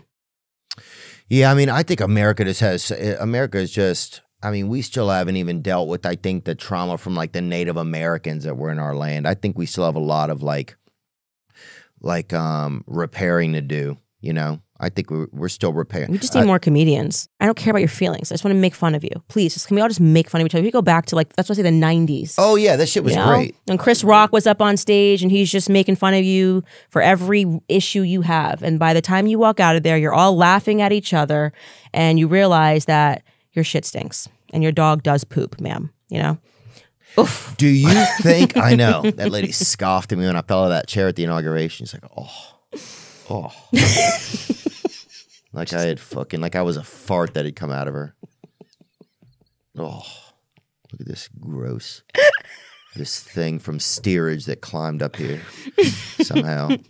This thing that would never get in a lifeboat on the Titanic. You know, that kind of fucking... Yeah, when I fell out of that chair at the inauguration, that's what she was doing. What else do I want to ask you about? Okay, so you have... let's get in... I can't even handle anything else serious right now. You have a conspiracy theory about Brigitte Macron, right? Or it's a conspiracy theory. And look, we were one of the first podcasts that had Bobby Kennedy on because he's a friend of mine, right?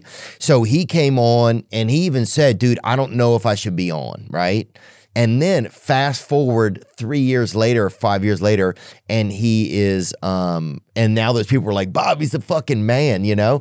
So I understand, like, you know, conspiracy theories and also just being brave to have somebody on. Like, I was like, some people might be afraid to have Candace Owens on. I was like, I don't want anybody telling me that I can or can't talk to somebody.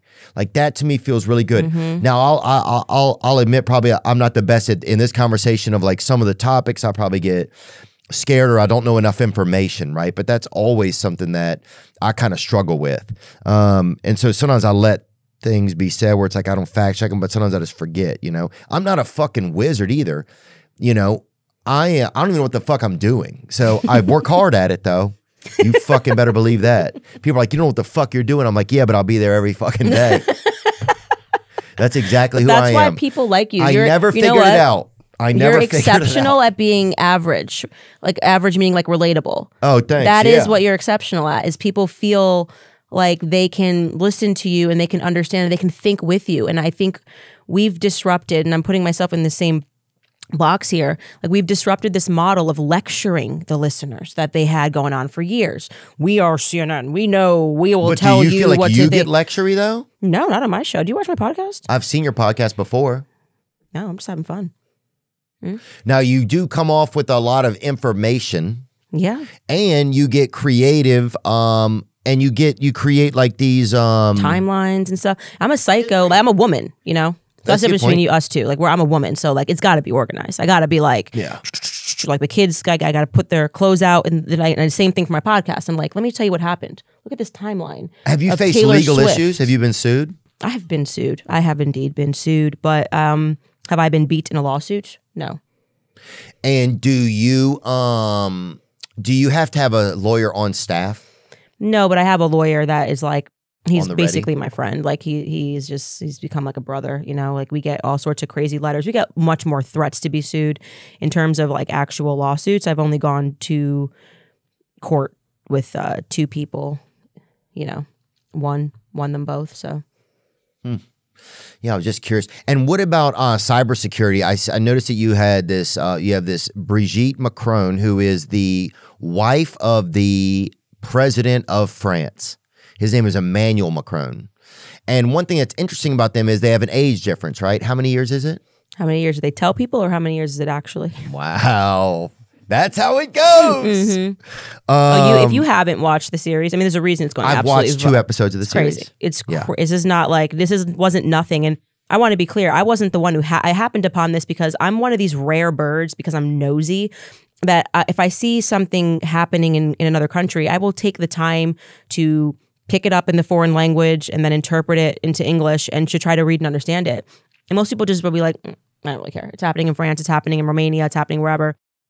I just make time. I get interested. And so Savannah, who's my manager, remembers the night at the UFC fight where I found the reporting on this. And actually the way it popped up was like the Daily Mail actually did a piece on Brigitte Macron. It was just funny to me because they were like, Emmanuel Macron, you know, angrily denies the rumors his wife's a man. And he was like all stressed out and was like, it's not true. It's not true. And I was just like, what the heck is going on in France? Like that, like the president has to come out and make a statement on this at all. Well, this is a story that's come up over the years. Like this is an alleged thing. But what was weird about the Daily Mail piece? But in 10 minutes, can you give me what is going on? Yeah. Here? So what was weird about the Daily Mail piece is that they didn't debunk what the people were saying, and this should be such an easy thing to debunk. Like if you were like Candace Owens is a man and never grew up, you know, in Stanford, I'd be like yearbook. Here's me and my family. It's just like it's such an easy thing to debunk. Like why is this going on for years? And so that's what caught my attention. Looked into it and Well, 1000%. She was born a man, lived as a man for 30 years, you know, and then transitioned at some time in the 80s. But are you worried about getting in trouble for slander by saying that? I have welcomed the lawsuit. I mean, Emmanuel Macron sent me a threat before we published, and we went back Did to he him. sign it or whatever? It was his lawyers. Oh, it'd be cool if And he so, signed it. yeah, he sent the threat. And the way that it works in Tennessee, you know, first and foremost, we have the good old boys here. So I said to him, like, this is not the state to come and try your little hoopty-floopty French, Parisian, whatever it is. Like, you know, if you're messing around with kids, this is not the place. It's not a place for you. Secondly, like, if Well, who was messing around with kids? The wife then? well, yeah, that's what we're calling So him. Brigitte, you're saying, is a male. Biological, believes. Was a male or is a male? Well, you can't really change those things in my world, but lives as a woman, clearly. Okay, lives a woman now. Yeah, I would have never thought that she was a man. And so anyways, the story really is just like, you know, lived as a dude, transitioned, met Emmanuel when he was just 14 years old. Okay, so she was a woman when they met, you're saying. Living as a woman early days, like Living as not a doesn't woman. look, hadn't had all like the feminization surgery. I can even tell you her doctor's name. Oh, you're saying so she was just kind of fresh out the Growing the hair out, like, yeah, starting to like live as a woman. Yeah. just like fresh out the Lord and Taylor kind of. And that was his drama teacher, and he was only 14 Is years Lord and old. Taylor a women's store? It's both. It is. I think it's out of business though. It's a bad reference then. And so, she was his drama teacher. He was 14 and And she was how old? 40. Nuh-uh. I swear. That's like official. Like that's like they don't deny that. So wait, so they're 26-year age difference? My parents were 32 years age difference. So I can't really, you know. 14-year-old. Well, now here, my parents didn't meet until my mom was 30. That's my point. It's very different. Okay, so that's The age interesting. difference matters. If you're 30, if you become an adult and you want to whatever, I don't really care. Like if you want to be a 30-year-old man, 30-year-old woman marrying a 7-year-old man, it's not my business. You're both adults. And usually there's some like financial consideration, whatever. But 14-year-old boy doesn't. Dowry, maybe. A dowry, yeah. For a 14-year-old boy, it's just weird. And so the media just kind of tried to sell it. And yeah, I just kind of looked at the story, went through it. There was so much evidence, and there was a reason they started they're like locking up journalists. Like, just so you know, they started arresting people. You don't do Really? that. You don't do that because someone's lying. You know what I'm saying? Look that in a separate window, look that up and then bring it up. I'm going to see this. In 1993, at the age of 39, she met, Brigitte Macron met the 15-year-old Emmanuel Macron in La Providence High School. And that's a lie. Oh, He was 14 when he was in the play because they told the story about what play he was in. So the journalists went back and they were like, he was 14 when he was in his play. Okay. So it was like just little So media 1 year, lies. it's about 7% of his life, though, at that point. So it is it's a decent amount. And everything sounds romantic when you're reading all this stuff, too. Where she was a teacher and was student and classmate of her daughter. Brigitte divorced Ozier in 2006 and married Macron in 2007. Wow. So they really fell into something. In December 2021, Natasha Ray and Amanda Roy broadcast unsubstantiated rumors online that Brigitte had never existed and that her brother Jean-Michel Trogneau had changed gender and started using that name. So what does this mean? So what they had done was what they started to do, and I show this in my series, is to make the mainstream media convince you that it was all a lie. They were suing people for defamation and winning. And so they were like, obviously it's not true, but they were lying about why they were winning the defamation claim. So they were never winning on the substance, like you transitioned. They'd wait for someone to make a mistake of like, you know, not Brigitte Macron as a man, but they said that Brigitte Macron went to La Providence High School. And like, or like, you know, Brigitte Macron's uncle was this. And then they would go and slap them with a defamation lawsuit. I see. And be able to prove that they made a mistake somewhere else. And the press would just lie and pretend that like, well, they would tell you half a truth. Like they did get sued for defamation, but it wasn't regarding whether or not she was a man. But isn't it just love that they love? I mean, the part you're saying that's so obtuse is the fact that you felt like they were groomed, kind of. Yeah. Because if somebody who is a man or woman falls in love with somebody else, that's okay. That's fine, but this wasn't that. And it's also because you can't then misrepresent yourself as like a Catholic, a strong Catholic who's leading a country. People vote for reasons. So if you want to be an open, transgendered person who likes 14-year-old boys and you decide to run and a country elects you, cool. You know, that's their business. Now, what age did they get married at? They didn't get married when he was a child. No, they got married in 2007, and which when is he was why how old? way older. Well, then that's kind of no, but they were together. They were not like they were together the whole time. Oh yeah. They are basically like she fell in love and couldn't resist anymore. And then he went to a school and they tried to romanticize it. But there's a lot more that went on here. Like I mean, there's a ton of people around them that have then been arrested for and this is all stuff pedophile you're crimes. saying. No, it's like these are the. I mean, I only presented the facts because he sent me a legal threat. Okay, like don't publish this series, sort of a thing. And when we went back at him and we said, Mr. Macron, we won't publish a single episode if you just answer this question. What and we gave him 21 yes or no questions. The first one was Brigitte Macron born a biological male? They came back and refused to answer. They said they don't owe you an answer. Now that's stupid. If you're going to tell me that this is causing you so much distress and defamation, of course the laws are if somebody tries to get the true answer from you, you can't sue for defamation. That's how it works in America. And so, but I could see somebody being like, "Oh, this is so problematic," but if I engage with it, it becomes even more problematic. But if you're sending a 100-page letter, honey, you're already engaging, right? So they sent me a letter first, so it's ridiculous. And then they said like, emotional distress, all this stuff. Well, we said, okay, let's end this. We're not interested in conspiracy theories. We'll end this. You tell us, did Brigitte Macron live as a man named Jean-Michel Trogneau? Yes or no? They refused to answer. I'm like, okay, so. What is it? You can't have it both ways. If you want this to come to an end, I have the platform to end that. I will say we looked into the story. Here are the responses we got. It's definitively not true. That, of course, I would have done that. It doesn't like help my platform to be caught in a lie. Right. Then people will lose trust in me. You know what I'm saying? So if they find out that I knowingly lied and she wrote and said, no, I never lived as this person, whatever, that would reflect poorly on me. Right. Yeah, I can't tell if I think it like if that happened, would you engage or would you not engage? What would you do there? Because it has to be. I mean, it's such a murder mystery kind of thing, like a the series is fun. God, it's very and since it's French, they have all the stuff you can't pronounce that good. I can't pronounce any of it. Oh, I love that shit, dude. And now I'm doing the Harvey series, which is gonna people are gonna go crazy. But now you had a series though that also was about. It was about Kamala Harris's genealogy. How did that end? Because the theory was what? Oh, she's just not black. The whole series started by accident. She just like when I say she, I meant the mainstream media just came for Janet Jackson, and you can't come for the Jackson family. Yeah, I grew up in a black household. You got to be real. Kind of look like a Jackson a little. Thank you. Oh my gosh, thank you. Stop. Shake it, baby. God, it would be good. Wow, I'm just gonna eat up. That compliment, I'm just going to let that hit. Yeah, that'd be awesome. Candace Owens investigates Kamala Harris's claims about her black heritage, particularly focusing on a photograph Harris shared in her book where she posed with a woman Harris said was her grandmother. It was not her grandmother. And it was not. And you found that out for true? Yeah, we ended up finding. I just knew. And it was just like a vibe. Like I said, some of these things you just know. Like you can't explain it. Like when you're black, you just know certain things. Like a fisherman sees another fisherman in the wild, sort of a thing. Oh yeah, black people can tell if you're not black. Yeah, we just kind of know. Except for Mac McClung, who won 3 slam dunk titles in a row, dude. Who did? So Mac McClung, and he's the slam dunk champion. He's won the 3 dunk competitions in a row in the NBA. And you can't tell what? I'm just saying. Usually, you can tell if a guy's cultural appropriating or not. Right. But this dude is just.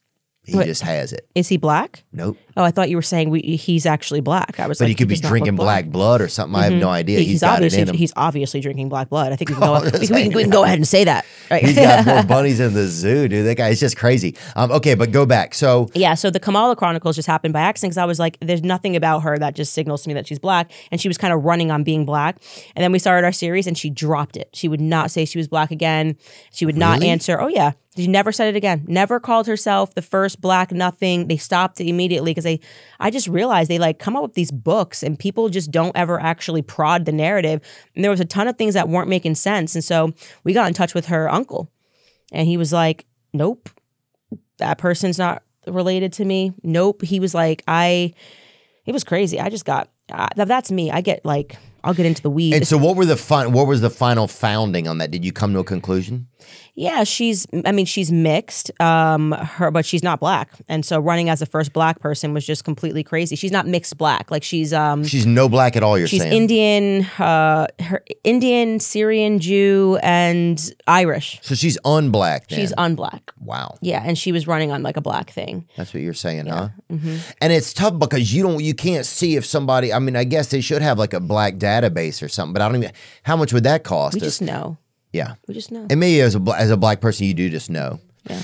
And these are series, right? You have one about Kamala, one about Brigitte, and now the one that we're doing is the Harvey Weinstein files. Harvey Weinstein files. And somebody said that he emailed you from prison or something? No, it actually started, there was a random woman who had reached out to me and basically said, you know, you're the only person that I think that would actually look into this case beyond the media.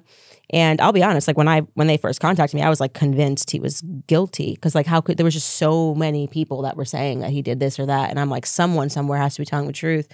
And then when I got into the actual, after speaking to him, which was like a crazy conversation. You spoke to Harvey? Yeah, I've been speaking to Harvey for years now. And it was a crazy conversation because there was no reason, we have nothing in common. Like Harvey, first and foremost, is like the #1 donor to the ADL. I'm like on their list. He's a huge Democratic donor. I'm Republican. And he's still all of those things, which is like when we had our first conversation, he was just sort of like, who are you? Like, why do you exist? Like, why is someone... Did you reach out to him? No, that person put us on the phone. I guess she was kind of lobbying him, being like, you need to have someone who's an independent journalist look up his case, like, or it's never going to get a fair shake in the media because they have you as like, you know, the devil. So that was like a super interesting conversation, and we still have nothing in common. But I am very good at being nuanced, and a lot of people, if you don't like Trump, then you are okay if he's wrongfully convicted. They pick people's character and decide that they're okay with whatever happens to them. And I'm kind of the opposite, where I will be very nuanced and say, like, Harvey was immoral. Harvey was cheating on his wife. Harvey was abusing his power as, you know, the guy in Hollywood. I do not believe, after looking at the case, that he has been...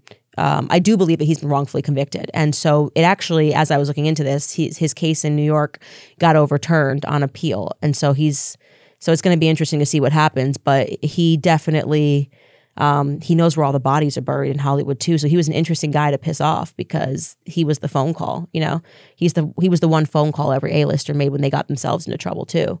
And they all turned on him because... So he was kind of like the closer over there, the Siriano or whatever. Mm-hmm. And when the Me Too movement happened, I think men were scared. So a lot of them turned on him because what other option did you have? They had woman after woman after woman coming out. And men could not stand up in that environment when it first happened. Mm-mm. And so I think a lot of them turned on him because they just were, it was basic self-preservation. Oh, I checked my penis in the hospice, I remember. It was just a tough time for guys. Yeah, you were afraid to shake dudes' hands. I remember that.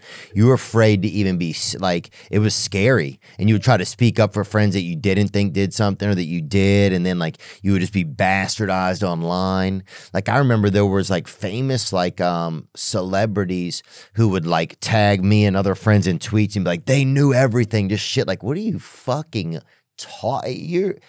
we do not know, you know, but crazy shit. Mm-hmm. And careers were being ended, like on a blink of a tweet. Yeah. She'd be like, he looked at me funny, and they would be like, he stepped down from the corporation today. And I'm like, over the tweet? What's happening here? It was wild times. I always stood up against the Me Too movement. I was very adamantly against it, vocal against it, and people on the left and the right condemned me for it, for my stance on Me Too. I think the Me Too, I think it was definitely everything goes overboard, right? It's out of control. I mean, we need due process. That's like, you can't just tweet something and say Theo Von did this and then he loses everything. You got to actually have due process. And you'd see male animals hitchhiking down 65, be like, I got to get out of this town. Like, what do you fucking do? Like, it's just fucking, it's getting hot in the kennel, brother. Yeah, it was crazy. But yeah, so I think me doing this is because now that everyone's done, you know, snorting the Me Too lines and is coming down from the high, it's good to be like, hey, so you remember when we were like doing that thing and everyone was just kind of saying everyone was guilty on the basis of an allegation? Let's actually go back and look at one of these cases. And you're looking at Harvey Weinstein case. I believe it is the case. You believe he was innocent? I believe he was wrongfully convicted. I don't want to say Harvey Weinstein is a moral or an innocent man because that sounds like I'm saying he behaved well. But there is a difference between being immoral and being a person who abuses their power and being a person who was running the peninsula like his own personal brothel and being a cold-blooded rapist. And so I want to show people because I was shocked opening these documents and text messages and emails and reading what these women were saying after their rapes, and like, you know, there's a certain way that I would speak to my rapist, and that is not at all right. Right. And so, you know, some of these, and is a lot of this stuff public domain? No, because the media would not report on it. And it's so similar to what we saw with this like whole Blake Lively thing going on, where once they drop the article, the New York Times removes context. Like, it's like, okay, well, if we had those messages that she sent to Justin Baldoni, people would not have instantly tried to cancel Justin Baldoni because they would have said, oh, this needs context. And now it's time, we're now in the era of context. So we need to go backwards and look at that most crucial case because that was the beginning of it all.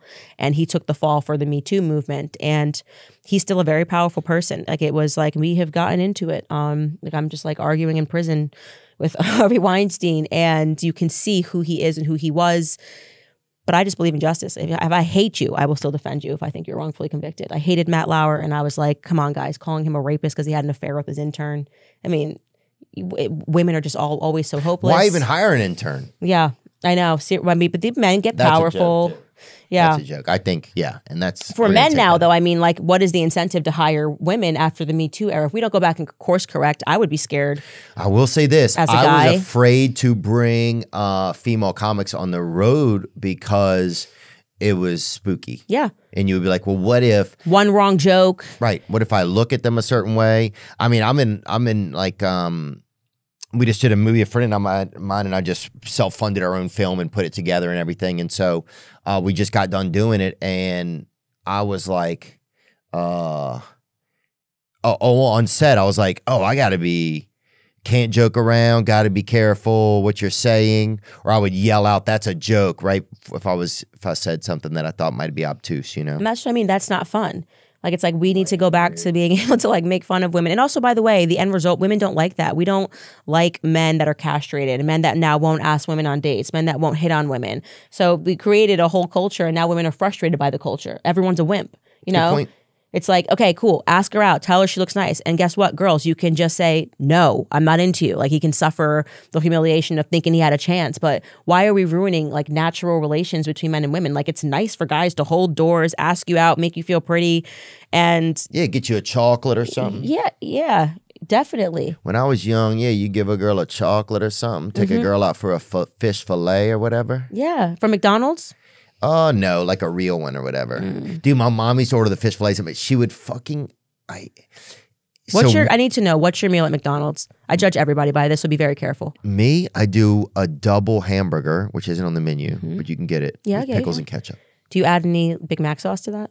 No, I don't know who's making it back there. It depends. Okay. If Big Mac himself is back there, I'll take a couple That's an okay ounces. order. I mean, it's not fun, but like it's okay. Yeah, it's kind of sad though. But I'll tell you this: I used to get 2 milks with it. Milks? Yeah. What in the Theo Von We world? ride here. What? Oh hell yeah, boy! What? 2 milks? See me in the streets, you don't know me. I'm the T.I. of fucking Mickey D's orders, baby. Look at that little milk jug right there. And that's what they used to call my sister, little milk jug. He's the only person that's ever. That's what we used to call my sister, little milk jug. Because she built like that. She built like that. Click on the third one right there. Nobody in the history of McDonald's ever got the milk jug, but Theo Von. They kept that on the menu for Theo Von. You can't order more than 2. That's the crazy thing. What? Yeah. That's a limit. Because they only have like 10 because no one orders them. It is so if you order more than 2, they've been sitting in the freaking. We ride here. I'm just saying, we get it how we live. Wait, stop, a double cheeseburger with a double milk jug? Oh, double milk jug, baby. Give me 2 of them. And the lady be like, you really want to? I'd be like, yeah. And then we would laugh a little bit. I'd tip her. But yeah, that's how I like mine, like that double milk jug. I used to get an apple pie, but I don't want all that sugar anymore. But my mother, I forgot to tell you this. That is a Theo Von order, man. That is right there. My mother, she would let us order, and then she'd be like, she would order the McFish or whatever, but it would almost be like she was ordering like a special, like, she'd be like, they'll have this and this and this. What do you want? She'd be like, and I'll have the McFish. It was almost like it was like the adult order. Yeah, like quiet down. Let me do business here with this person. Have the McFish. Yeah, see, I feel like I can't trust the McFish. That upsets Hell me. no. She has the wrong order, and I'm not here to respect your mother, but I would speak to her about that. Of course, I've never looked at an Ocean and at a McDonald's and be like, yeah, these things should connect. know each other. yeah, that's a fucking. There is not a yellow brick road that connects those bitches. But so it always blew, and she would look at us as if she was disappointed. Like, that's my mother would scoff some, like, you motherfuckers don't know about a McFish, you fucking children. Nobody should be ordering the McFish. I want to be very clear. I agree. Like you get like a Hi-C orange. Yeah. It's obviously delicious. And the McMuffin, sausage, egg, and cheese McMuffin. Oh, is that what you get? Amazing. They're hash browns. in the morning are they're fantastic. They're absolutely fantastic. And you know what? RFK Jr. is bringing back beef tallow, so we're going to be able to get some beef tallow fries. That's what I heard. Who's doing it first? Shake Shack. No. Steak and Shake. Oh, good for them. And them. I've never had it. I've never had Steak and Shake.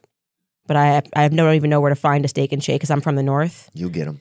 Have you have Steak and Shake? No, but I say go door to door if you're Steak and Shake. I used to sell door to door Italian with this guy for a little bit. Do you think that mainstream media has an overall goal or has had an overall goal besides just capitalism? Do you really think that? I think they were just in service to the state. I think the whole idea of the fourth estate was fake. Like they weren't here to defend the people. They were here to defend the state, at least since the 60s. That's what they've been doing. And now they are where they are right now is in survival mode. They don't know what to do. They don't know what to do with the new media. I think they're gonna try to create backdoor ways to reacquire their talent. I don't know if you followed the recent deal with Fox News building, which is crazy. They purchased Red Seat Ventures. Do you work with Red Seat Ventures? Red Seat. So that's a no. You don't work with them. No, I don't. So they were doing advertising for independent podcasters. And we had spoken to them and we were just kind of like, no, we kind of broke away from corporation structure. We don't really want to we want to do everything in-house sort of a thing. And then they purchased Red Seat Ventures, so they were able to kind of backdoor reacquire Tucker Carlson, Megyn Kelly, everyone they fired, which is kind of crazy. Really? Think about how weird that is. I was sitting here looking at this deal and I'm like, didn't you just fire Tucker? And now you're like, why don't you guys just admit you were wrong? Just come out and be like, you know what?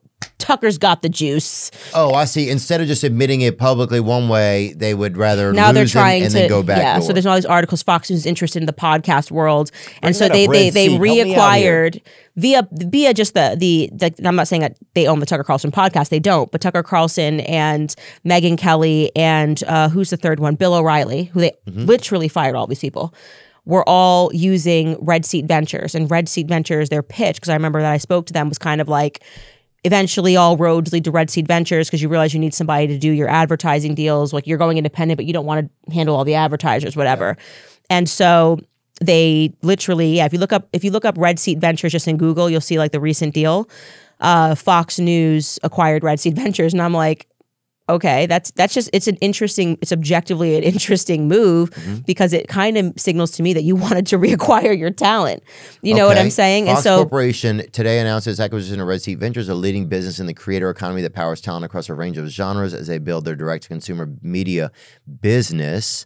Does it say what talent it works with? Yeah, scroll down. So Chris Balfe is they're the founding partners. I would Chris go down. Balfe and Kevin Balfe, I'm assuming brothers or husbands. Yeah, I would go out of PR Newswire because that's just like them writing it, and they're not going to say what talent was with it. I would go to Reuters. Yeah, they would probably have Reuters, is that how you say that? You know what? I've been saying Reuters. It could not be right, but will Reuters tell you that house. like you're. I mean, it's just me at there. It's so they've been interested, but like it was Tucker Carlson, Megyn Kelly, and here you go, Carlson, Kelly, Sean Ryan. Oh no, that's just saying that we reached millions of subscribers daily. But yeah, they had the deal brings O'Reilly, Kelly, and Carlson back into Murdoch's fold. So I didn't like that at all for like Carlson and Kelly and O'Reilly because I'm like, whoa, you fired me, homie. You know what I mean? Like, hold on, let's be very clear. You shamed me publicly. You fired me. You said whatever. I wasn't a part of this, whatever it was. And now you're kind of like trying to build this little backward network. No, you need to say you're sorry first. Wow. But I'm sure that like obviously Red Seat will have had a deal with them that will expire. And what will happen is those people just won't renew if they don't want to because they might say, no, you literally fired me. See. Do you get what I'm saying? So yeah, so they're the middle guy, but I thought it was an interesting move. Without saying you're sorry, trying to reacquire someone. Well, I do think it's interesting that some political areas some shows have become more, have slowly tried to like slurp on a more of a conservative side. Like Bill Maher did that well over the past 4 or 5 years. You started to see him like, he recognized like. Where the wind was blowing. He was able to see it ahead. Do you think America is a place that everybody is just here and you can be here and be not even supporting America? That's what's interesting to me about America. That's what I start to recognize. Like, oh, well, some people are here, but they're not America first, right? Or they may not be. Do you think America's always kind of been that and that's what it is? It's kind of this halfway house for everywhere of the whole planet, or do you feel like it's this other, like you have to buy into this, red, white, and blue stars and stripes? What I would say is right now, America's kind of in the midst of this identity crisis. And that's in large part because it's been conditioned now by the media and the school system in partnership to kind of tell people you should hate your country. And the reality is most Americans never leave their country. They know nothing. They have nothing to weigh it against. And they sort of blindly accept this narrative that like we're just these bad guys who did bad things. And there's been sort of this like American shaming that's taken place. And it's been effective. That began to sort of snap back with Trump culture, and that's kind of what people were missing. It wasn't about when Make America Great Again, it's like, allow me to just feel good as a American. Like, why can't I like being American? What's wrong with just being straight? Like, it's like we celebrate everything, but like, we almost started like hating normalcy, which is like a weird thing to say, but like, if you were gay, if you were anything, something going on, whatever it is, handicap, it was like, yes, yes. And then if you were just like, yeah, I'm just like a straight white dude, it was like, oh my gosh, what do you mean? That's You're not queer. Then they would yell you guys became the queers. Yeah. And so that was weird. And the American flag became this right-wing symbol, which I was like, what's happening? But it was like, doesn't anybody see that? Like, don't you notice? Like, I wish there were more parties. I don't think there's enough parties that I think you can't pigeonhole people in a Republican or Democrat most of the time. I don't think you'd ever be able to pigeonhole me that way. I think there should be more political parties so we feel like you can find one that fits you. Mm-hmm. Because it's just this dirty Cinderella where neither one of these fucking clogs is really helping me get down the stairs anymore. It feels like, But you're right that you said we were saying the flag became the symbol of like, and it's like nobody else noticed that. Like that's our country's flag, right? Like what's wrong with this? Yeah, like. That's what I mean. We got crazy. We got absolutely crazy. And so we were in the midst of an identity crisis, but it was a social engineering. It happened intentionally. They wanted people to feel that way. And I think now it's snapping back and we're starting to realize the problem are these people who are making us feel like we had nothing in common, and we have a lot more in common than we don't. And so there's like, now we're going through like this period of healing, which has been nice. And we were kind of talking about this off camera, where it seems like the right and the left are finding things to agree on and realizing that these caricatures of what it means to be be on the left or the right were largely created by the media. Yes, you can find very fringe people on both sides who do not defy or who are the stereotype. But that's not the majority of people. Majority of people just want to go to work, have a job, have low gas prices. Live in a safe place. It's not that hard, right? Yeah. Right. It's called Nashville. Mm-hmm. But I will say this. I think, if you have an idea, right, that you think, well, we have to get rid of this group of people or these people aren't, well, that is never going to be America, right? America is always, when it comes to like races and ethnicities, right? Mm-hmm. It's going to be a melting pot, right? So you always have to think with the goal at the end is that everybody's going to be here. Yeah, but also we should be clear, like not everybody should be here if they don't appreciate what it means to be an American. You should not be allowed to be here. Like there is if you have resentment for America and at the same time you want to come to America, we have a problem. But then people say you have the freedom to think and feel whatever you want. Yeah, you also have the freedom to stay in your own country. Right.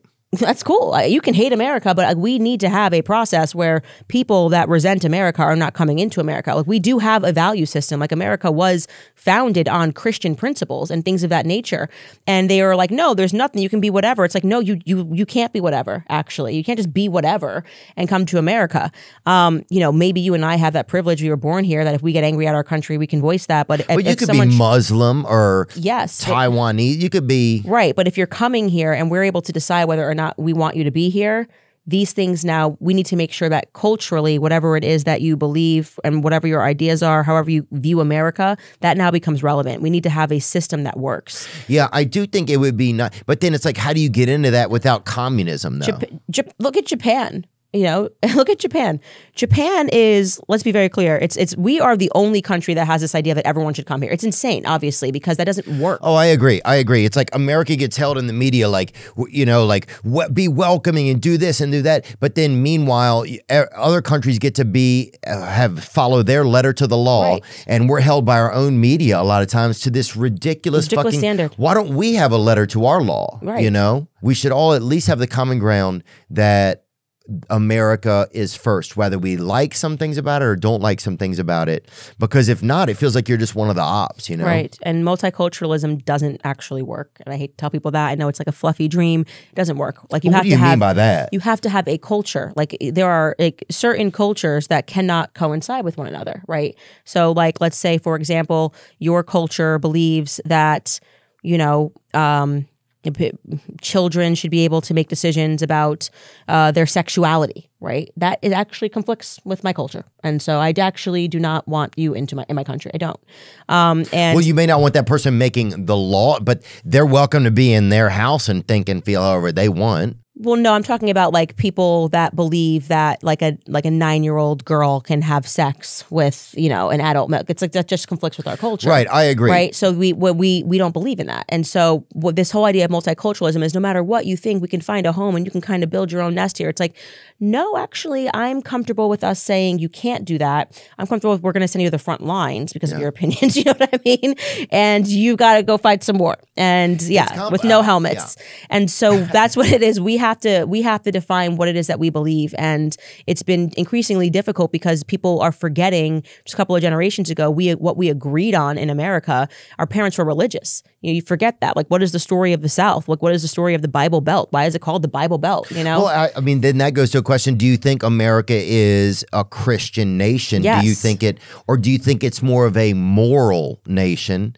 And do you think that that's eroding? I mean, I think some of that could be a whole nother conversation, probably. No, yeah, and it could be another conversation, but I think America is a Christian nation that has forgotten that in many ways, and forgotten why we were so much more cohesive and comprehensive when we had faith at the center of what we did. And once we started removing faith, and I'm talking about removing the Bible from the classroom, which was done in the early 70s, if I'm correct, Department of Education kind of a thing, people got lost real quick. And so I guess what I'm arguing for is a theocracy, which means you're going to run it. A theocracy because I'm Theo? Yeah. Damn, dude. I'm going to miss this taxi I ordered in a little bit. I don't know if I can handle all that, dude. We need a theocracy. Yeah, you know, I do think that there was something nice about having structure in the schools, but then a lot of that got challenged. Yeah, I think it is. Like, I think America does need to figure out, well, what is our footprint? Mm-hmm. You know, like, who are we? What do we want to stand up for and believe in, and believe these are the things that define our country? I believe that we're a Christian nation, and that used to be the thing. Like, before the flag became racist, we were all saying one nation under God. And then we became this nation that was one nation, like, over God. Like, people become their own gods. We're worshiping Hollywood. It's like crazy. We become like a pagan culture. Well, Hollywood is, you know, it's celebrity. It has those things that are addictive, you know, and I think a lot of that is demonic, you know, and the Bible will tell you all of those things about idolatry. Kids would have been learning that. You know, I grew up learning the Bible. Demonic. Well, what is a demon? Right? If you have you speak often about, like, you used to have addictions and things like that. And when I grew up in a household, people in my family still have, you know, addiction issues. It's a demon, you know. Well, Hollywood gets pinpointed a lot because it's the glossy thing. It's Babylon, yeah. So I think they love the culture of excess. Everything that the Bible tells us not to celebrate is becomes like the thing, and that's why it's like Hollywood Babylon. You know, it's like they're trying to stay young forever. That's weird. Like, why don't you want to age? You know, like they look crazy. Well, everybody wants to be fresh, I think. You want to be fresh, but like, I'm not afraid of aging. Like, I'm not like, I think look at these women. They look terrifying, and they're like holding and stretched, and it's like, dude, you could just be 80. Like, you know? Yeah. You know what I'm saying? Yeah, somebody look like a damn doe or something that's been. Yeah. You look like somebody put a couple eyes in a like, caring after yourself is pizza dough or whatever. Yeah, somebody glued a damn snout on a pizza lips. dough. These girls are 22, looking like they're 50. Now dude, I'll say this: I seen a girl, right? Her lips looked like they were getting ready to be, like they'd been in a burn, like just like inflated to probably 14 psi or whatever. And it's like, what are we fucking doing? And if you kiss somebody like that, it feels insane. And then they put all that Glossner on them. I've always wondered what the kiss feels like. Is it like weird? Well, yeah, it's weird. But it's then like a trampoline. They polish them up with that Glossner. No, it's almost like you're sucking on something. It's almost like a shrimp that won't fucking give up. That's what it's like. It's like trying to eat two shrimps that won't give up. I always wondered. There's probably more we can talk about. Yeah, I do want to say a Jewish friend of mine set this up in case anybody gets. Oh, I want to be clear. I'm friends with so many like Jewish people in Hollywood. I am too. So that's why I'm like, it's so just disingenuous. Every time we talk to them, they all agree on this topic of Bibi Netanyahu. Like they will support Israel, but they'll be like, they can critique him. And so we need to normalize that. Like, don't try to tell black people they have to support BLM. Don't tell Jewish people they have to support Israel. Allow people to be individuals. Allow people to say what they think, is right or is wrong without trying to pigeonhole them according to their identity. I appreciate you coming on and talking. I'm excited to hear about the Weinstein thing. Mm-hmm. Good luck with the presidency. Will you homeschool your children? Will you find schools for them? What are you doing? We're thinking homeschooling. No way. Who's going to do the professoring though? Me until like they get to like 6th grade math. And then I'm going to be like, wait a second. But put the husband in? Get a tutor. Yeah. Oh, get a tutor. My husband's excellent at math, but he wouldn't do it. What does he like to do, your husband? We talked about this. He sends war letters. He's English. Oh, yeah. He just sits in his library and sends war letters and laments the lost colonies. I think he married me because he's trying to build some back roads to the UK reacquiring America. Ooh. I think it's not over. Like the Revolutionary War is not over until it's over. You know what I'm saying? Oh, it never ends. He's an agent. He's an agent, a British agent trying to reacquire the colonies. He slipped once. He called me a colonist, and I said, "Ooh, kind of romantic." Yeah, it's kind of romantic. It's darkly romantic. Yeah, the colonies. Yeah, love. You never know where you'll find it. It's interesting. He keeps me straight. Is he? Straight and narrow. Yeah. That's awesome. I'm like, why do we got to file these taxes? He's like, you can't, black people, why you guys got to try to not file your taxes? And I was like, I don't want to give this money to the government. He's like, well, you got to give the money to the government. So, do you think that Elon has, that he is like for the people? I'm the only person always, I have a weird feeling about Elon. I don't know why. Curious about it. Sam Altman, the AI crowd just freaks me out on a spiritual level. And sometimes it's just your gut, and I'm going with my gut. I think gut is God intuition, and they just freak me the hell out. Well, here's the thing. I've thought about They this. even all look weird. Like they look like they're robots, Well, here's the thing. Like they come from another planet. A lot of the inventors and creators now have, and I think a lot of people would say that they possibly have some type of autism, right? A little bit of it, right? And I think that's not debated by a lot of them. No, they that's would fine. say that, right? Yeah. That's pretty normal. But a lot of autistic people, they are good with concepts, right? But they're not as good a lot of times with emotions, right? Not in the practical way that people without autism seem to be. So that's what I'm saying. We're getting more products that are created that have less emotion in them and are more just practical. Robotic. Right. But because that's scary. the type of people that the creativity is going through. Yeah, and that scares me, right? So I think they're like, well, why do we need a woman when we can create an artificial womb? Yeah. Yeah, I don't like that. I feel like we should maybe pause and think about that before we all sign up. Yeah, you don't want to be at the club and you're just grinding up on some electronic womb in the corner. That's how I feel. Like I feel like that's what we're going to get with these people. And he has a lot of kids. Shake it like a dog, baby. Do what you do. That song comes on and people are just grinding up against like some electric womb where you have to put a quarter in it or whatever to get to shake. Line up to get pregnant, sort of a thing. I don't like any of it. It makes me scared, and they just make me uncomfortable. Yeah. And that's all I could say. I'm like, listen, I know I don't have, like you say, I don't have the information, but I have the intuition that like we're barreling towards this like AI future, and the lack of emotion just makes me uncomfortable. I'm like, okay, but these are humans. They're like, but here's how we can solve the human problem. Yeah. Maybe they are aliens. Press one, yeah. Yeah, it's, I don't know. It's fascinating. Candace Owens, thanks for your time. Congrats on this. When are we going to see this baby? May 4th. Woo! May the 4th be with you. The Ides of May. Not really, but Yeah, sorry, it's Ides of March. Yes, but you were close enough. Maypole. What's May 5th? Not the Ides. What's May 5th? The Maypole, isn't it? And the Ides of March, the 15th. Oh, that's Cinco de Mayo. Ooh, You're thinking of tacos. That's what I'm thinking of. Yeah, Well, yeah. He said, "What's May 5th? Right now. What's May 5th? Cinco de Mayo." Yeah. Oh, it could be Latino, huh? If you and a white man had a Mexican baby, dude, that's AI. Best of luck. Thank you so much for hanging out with me. Thank you for having me. Now I'm just floating on the breeze, and I feel I'm falling like these leaves. I must be cornerstone. Oh, but when I reach that ground, I'll share this peace of mind I found. I can feel it in my bones, but it's gonna take